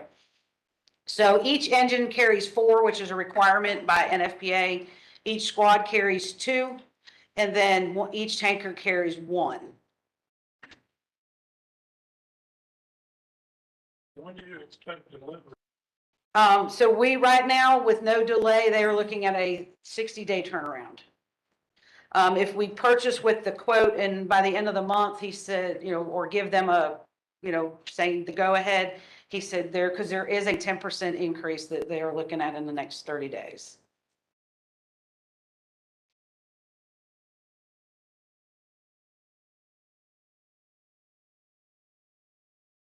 I have a question. Was this a budgeted item in the upcoming budget, or It was not, it was part of the Splash 8. it was, so it is Yes, sir. covered under? Yes, sir. Yeah, but Splosh State is that net of this number? That's correct. So this number's already factored in one? Correct. All right, so to answer your question, yeah. All right, doesn't anybody have $50,000 purchases anymore? We wish. Yes. Yeah. All right, well, you hear what the chief's saying, so, we want them to breathe next year or not? Somebody give me a motion. Make a motion to approve this purchase. All right, we got a first, arm wrestle for the second. All those in favor? Motion carries. Thank you. Thank you, sir. Yes, ma'am. All right. Find my way back. This brings us, Kevin, there he is. That's all I saw him here. This brings us to, our next item, which is we need to adjourn the regular meeting and convene the solid waste authority meeting. Make a motion to adjourn the regular meeting, convene the solid waste authority meeting. Second. We have a first and a second. Those in favor? Motion carries. We're now in a solid waste authority meeting. Can I get a adoption of the agenda? So moved. Second. All those in favor? Minutes of the March 1. Can I get a motion on those? So moved. Second. Got a first and a second. All those in favor? Minutes approved. Now, Mr. Barkley, your presentation, if you will. Thank you, Mr. Chairman, and good evening, Commissioners. We're here tonight to have a discussion of the rates at the landfill for tonnage. During our review of the budget, proposed budget for FY20 with the Commissioners, came up with our 5-year plans are looking down the road, not just operating budget, but also our capital cost. So with that, I'm here tonight. I want to show you some information and get on how you feel going forward. So just go ahead and advance me. So let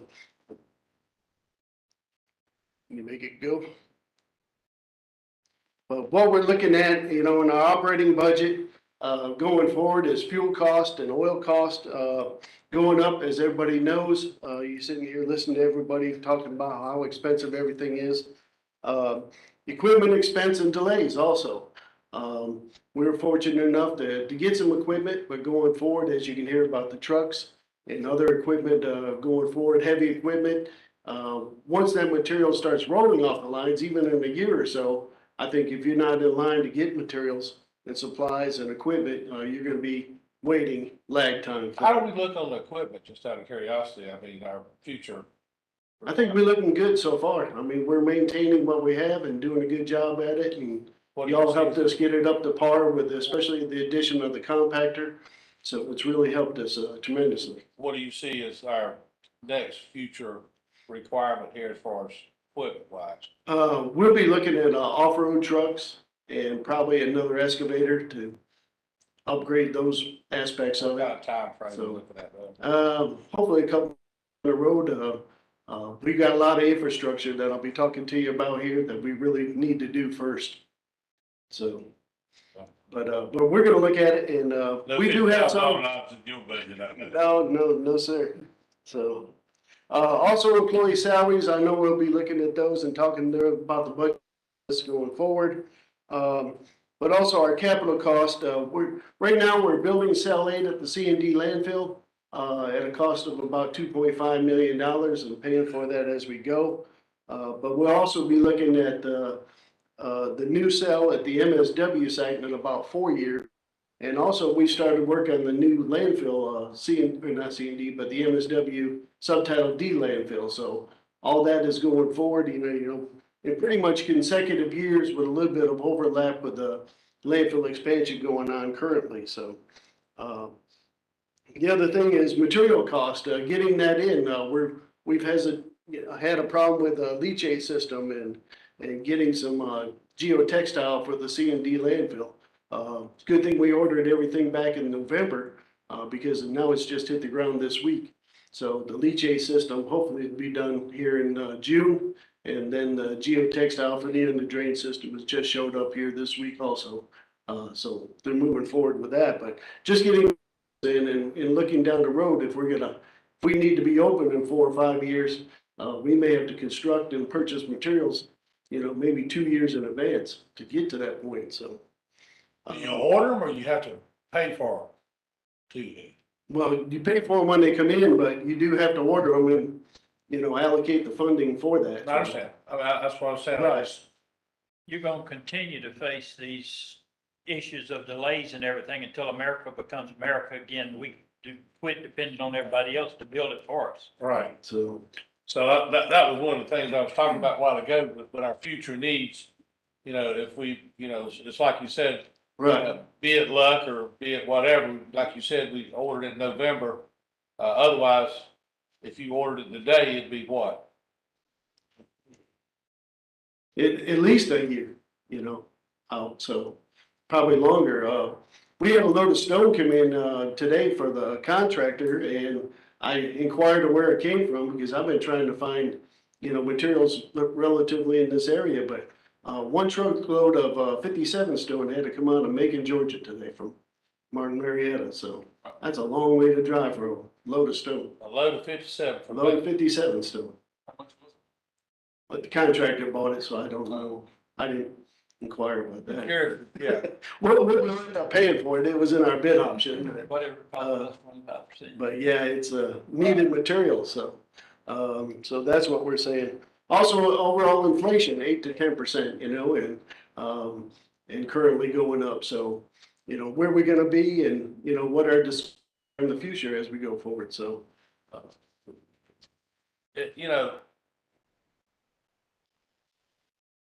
you see a drop in tonnage coming to us because of some of these inflation prices? The prices are going up to. Garbage and solid waste tends to be depression and recession proof. I was afraid you were going to say that. So, We keep producing trash. we do, and as long as we manufacture, it seems like we never let up on it, so. I mean, it has its peaks and valleys and stuff, but, currently, I think we're running just under 300,000 tons a year, and that's been our average, so. So it's a pretty constant level for us. These graphs here show, just our basic, proposal, what I was trying to put together, and if we increase the landfill rates by 10% for the next 3 years in option one, and then raise it 5%, and I'm only looking at raising the out-of-county tonnage rate, not the in-county tonnage rate for our residents or our customers. In county.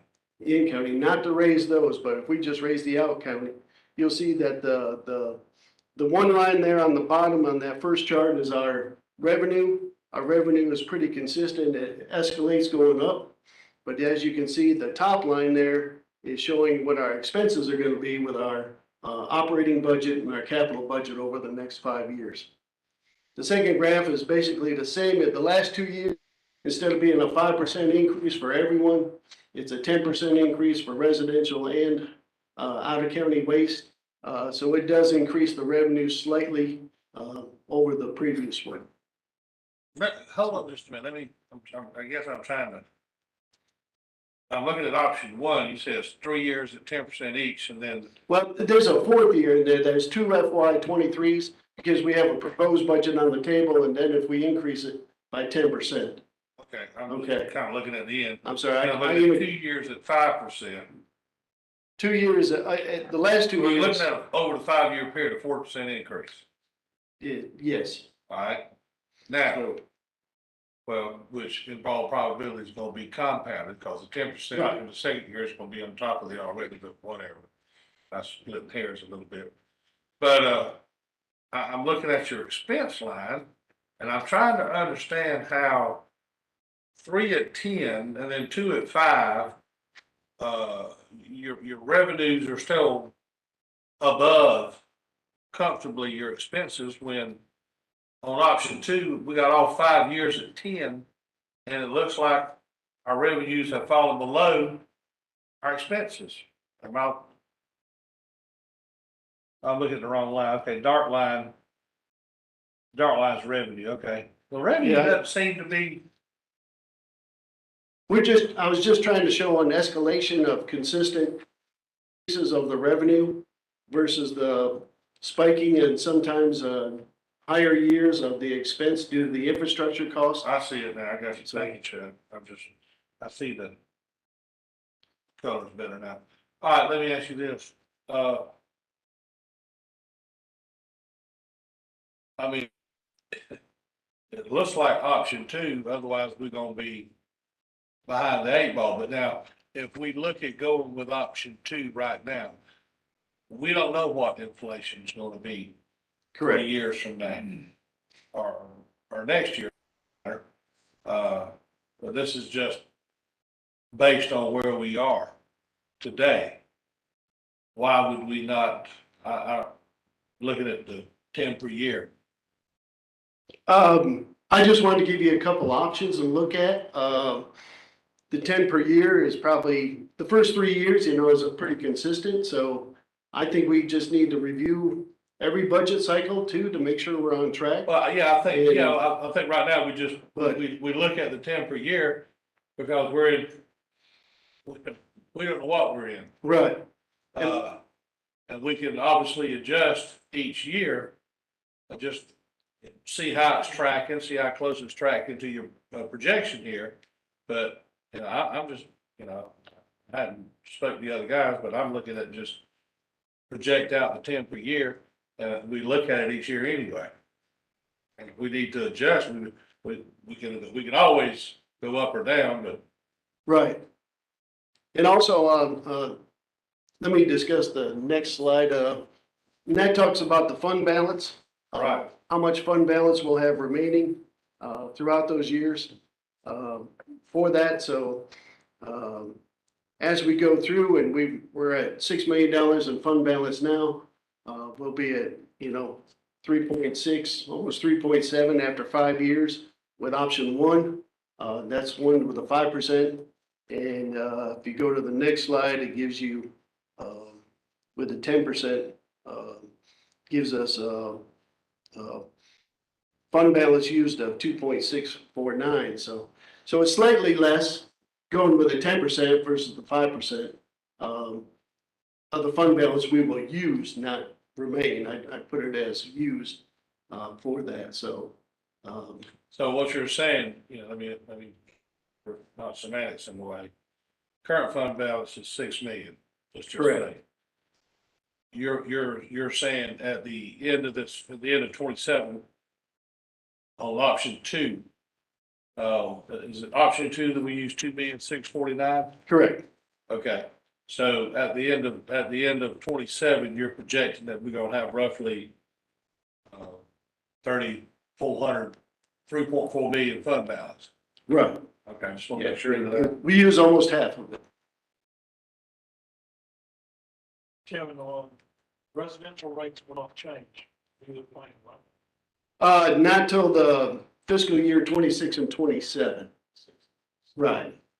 So in 26 and 27, you're increasing the residential both years at that time? Correct. Projecting it? Yes. And I think just after 3 years in that period of time, I think it would be a time for a correction. Does that also include, like, say, I load my pickup truck and follow it to the landfill? That's not gonna be increased 10% this year? Not this year. That won't be For the until last 2 years, if we do that. Yes, sir. fiscal year 26 and 27, year ending. Yes, sir. And, you know, like I said, you know, in between, we just monitor and, you know, maybe we do, maybe we don't. This is a fluid document. Yep. And this just gives you a working model to work from. I'm not excited about dropping our fund balance so much, but do you see an issue with that? Not at the present time. But again, like we're saying, it's year, because we don't know what's gonna happen Exactly. right now. Kevin, what are you paying right now monthly for fuel? I couldn't tell you monthly off the top of my head, but I know it's, You've already used up all your budget. oh yeah, and we've already allocated for the end of the year. I didn't bring that, but you know, when we ran out, I think we talked about during the budget hearing, you know, I spent a ridiculous amount just topping off every tank and, you know, And understand, his fuel doesn't cost as much as road fuel. Oh, I know. right. We got off-road prices on the stuff and everything, and it's still done used it all up. You're over $4 a gallon, I'm Yeah. sure, right now for And, diesel. and it's even worse is the Then we oil. do a budget amendment deal for this year already? Yes, Okay. yes, Nancy has already done that, so, but the oils are extremely high too. Oh, yeah. Our hydraulic Anything- oil and gear oil is just absolutely off the charts.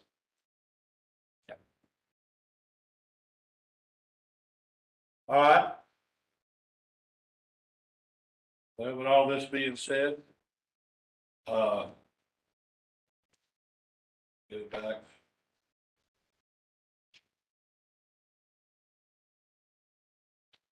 So what you're looking at doing is, what you're looking at here is to get a,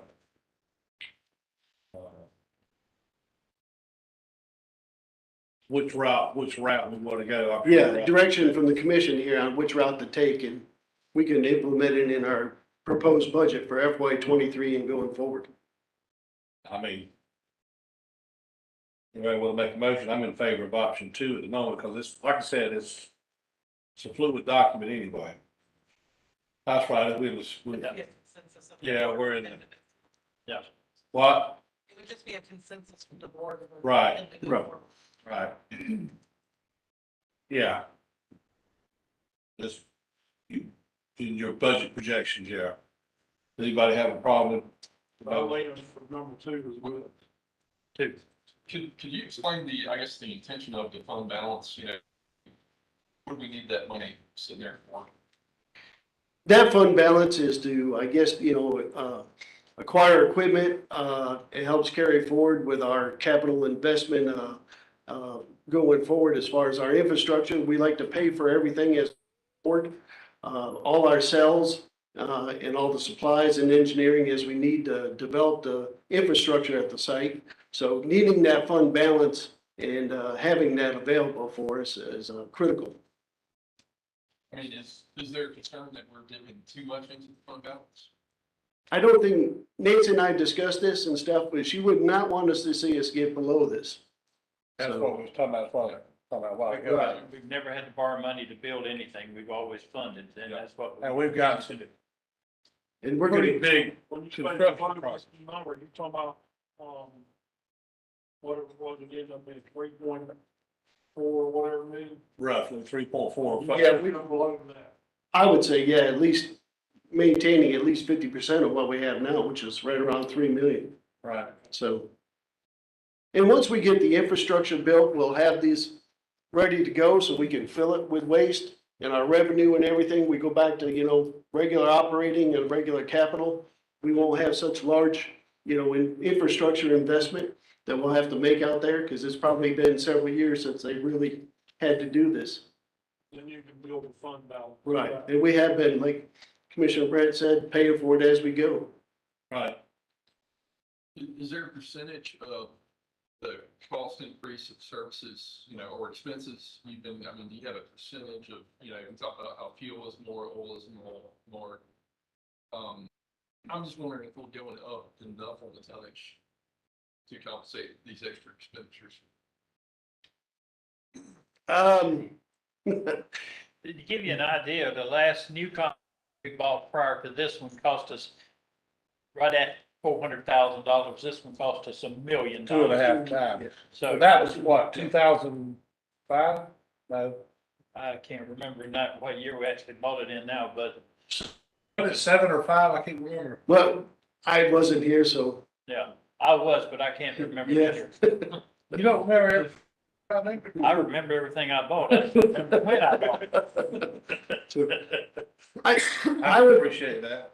And I would like this, if you wanted to be safe, we can go higher, but I don't think, our customers would want to pay higher rates at this time. I think we could always come back to you if we had to and look at it. I don't want to be the discount garbage True. in the region, but Right, we still got to maintain. You don't want to be too high and you don't want to be too low. right. This is where you feel like we need to be too. It is. It's not just the additional cost you're looking at, it's just where we need to be in the I market. think that's right. Right, and, in a year or two, do things level off, Probably nothing will go back, but will it level off? So, I think we'll be in a good, stand. You stay at 10% and just keep you apprised of what's going forward, Well, right now, we just, like I said, just like everything else, just like every other budget plan, it's a fluid document, you move forward. And, so, all right, Good steps. Yeah. We need to know good steps. this, brings us to our first solid waste public comment session. Anyone restroom? Anyone desire to address the, solid waste authority? All right, this brings us to our, first agenda item, really. You want to spend more than 50,000 too, don't you? Yes, sir. Considers the purchase of a 2023 Freightliner chassis with a 6,000 Gilbert cable hoist roll-off truck. In that we purchased this, like you've heard before, it'd probably take at least 10 to 12 months to get this material in. The roll-off hoist and everything's are available. It's the chassis that you have to wait on. So getting those truck chassis in and getting it mounting it to it. So purchasing it in this fiscal year won't arrive till next fiscal year. Are we paying for it now? And we would have to secure a purchase order for it. And then we don't pay for it until it comes in. The first one, we don't Right. actually, okay. We don't pay for it till it arrives. So you're looking at a year Yes, in that neighborhood. yes, sir. It's crazy. Yeah. All right. Anybody want to make a motion on this item, please? Motion to approve the purchase. Second. We have a first and second. All those in favor? Thank you, Commissioners. You got one now, right? And what do you plan on doing? We have two old Macs that are on surplus currently, and we're contracting out with a contractor to pull our roll-off, so we do not have one available. So this will be a good addition to us so that we can, pay ourselves basically. Yeah, basically, we're spending what, 40,000 a year Correct, on that contractor, so. right. And this will give us some flexibility too within And- county. And the life of this truck, basically it's predominantly on site. It should be, Oh, yeah, over 10, 12 years easy. and y'all gonna wash and wax and everything. Yes, sir. It lasts forever. Correct. All right. Thank you, Commissioner. Yes, sir. Wait a minute. This, brings us to our final waste public comment section.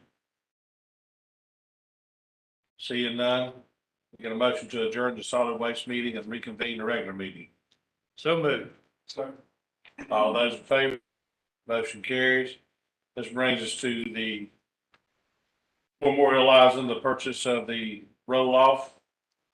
As Kevin just explained to us, we get a motion.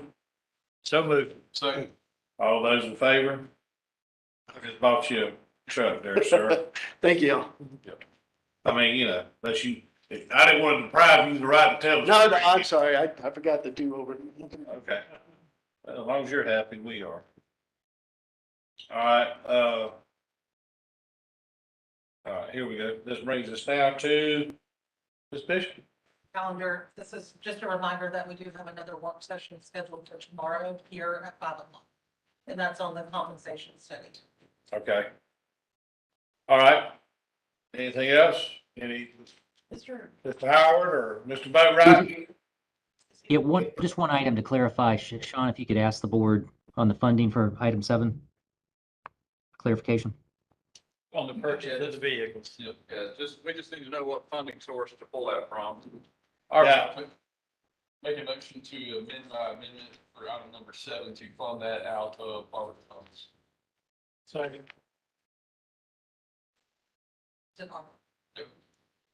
So we have a first and a second. On ARPA.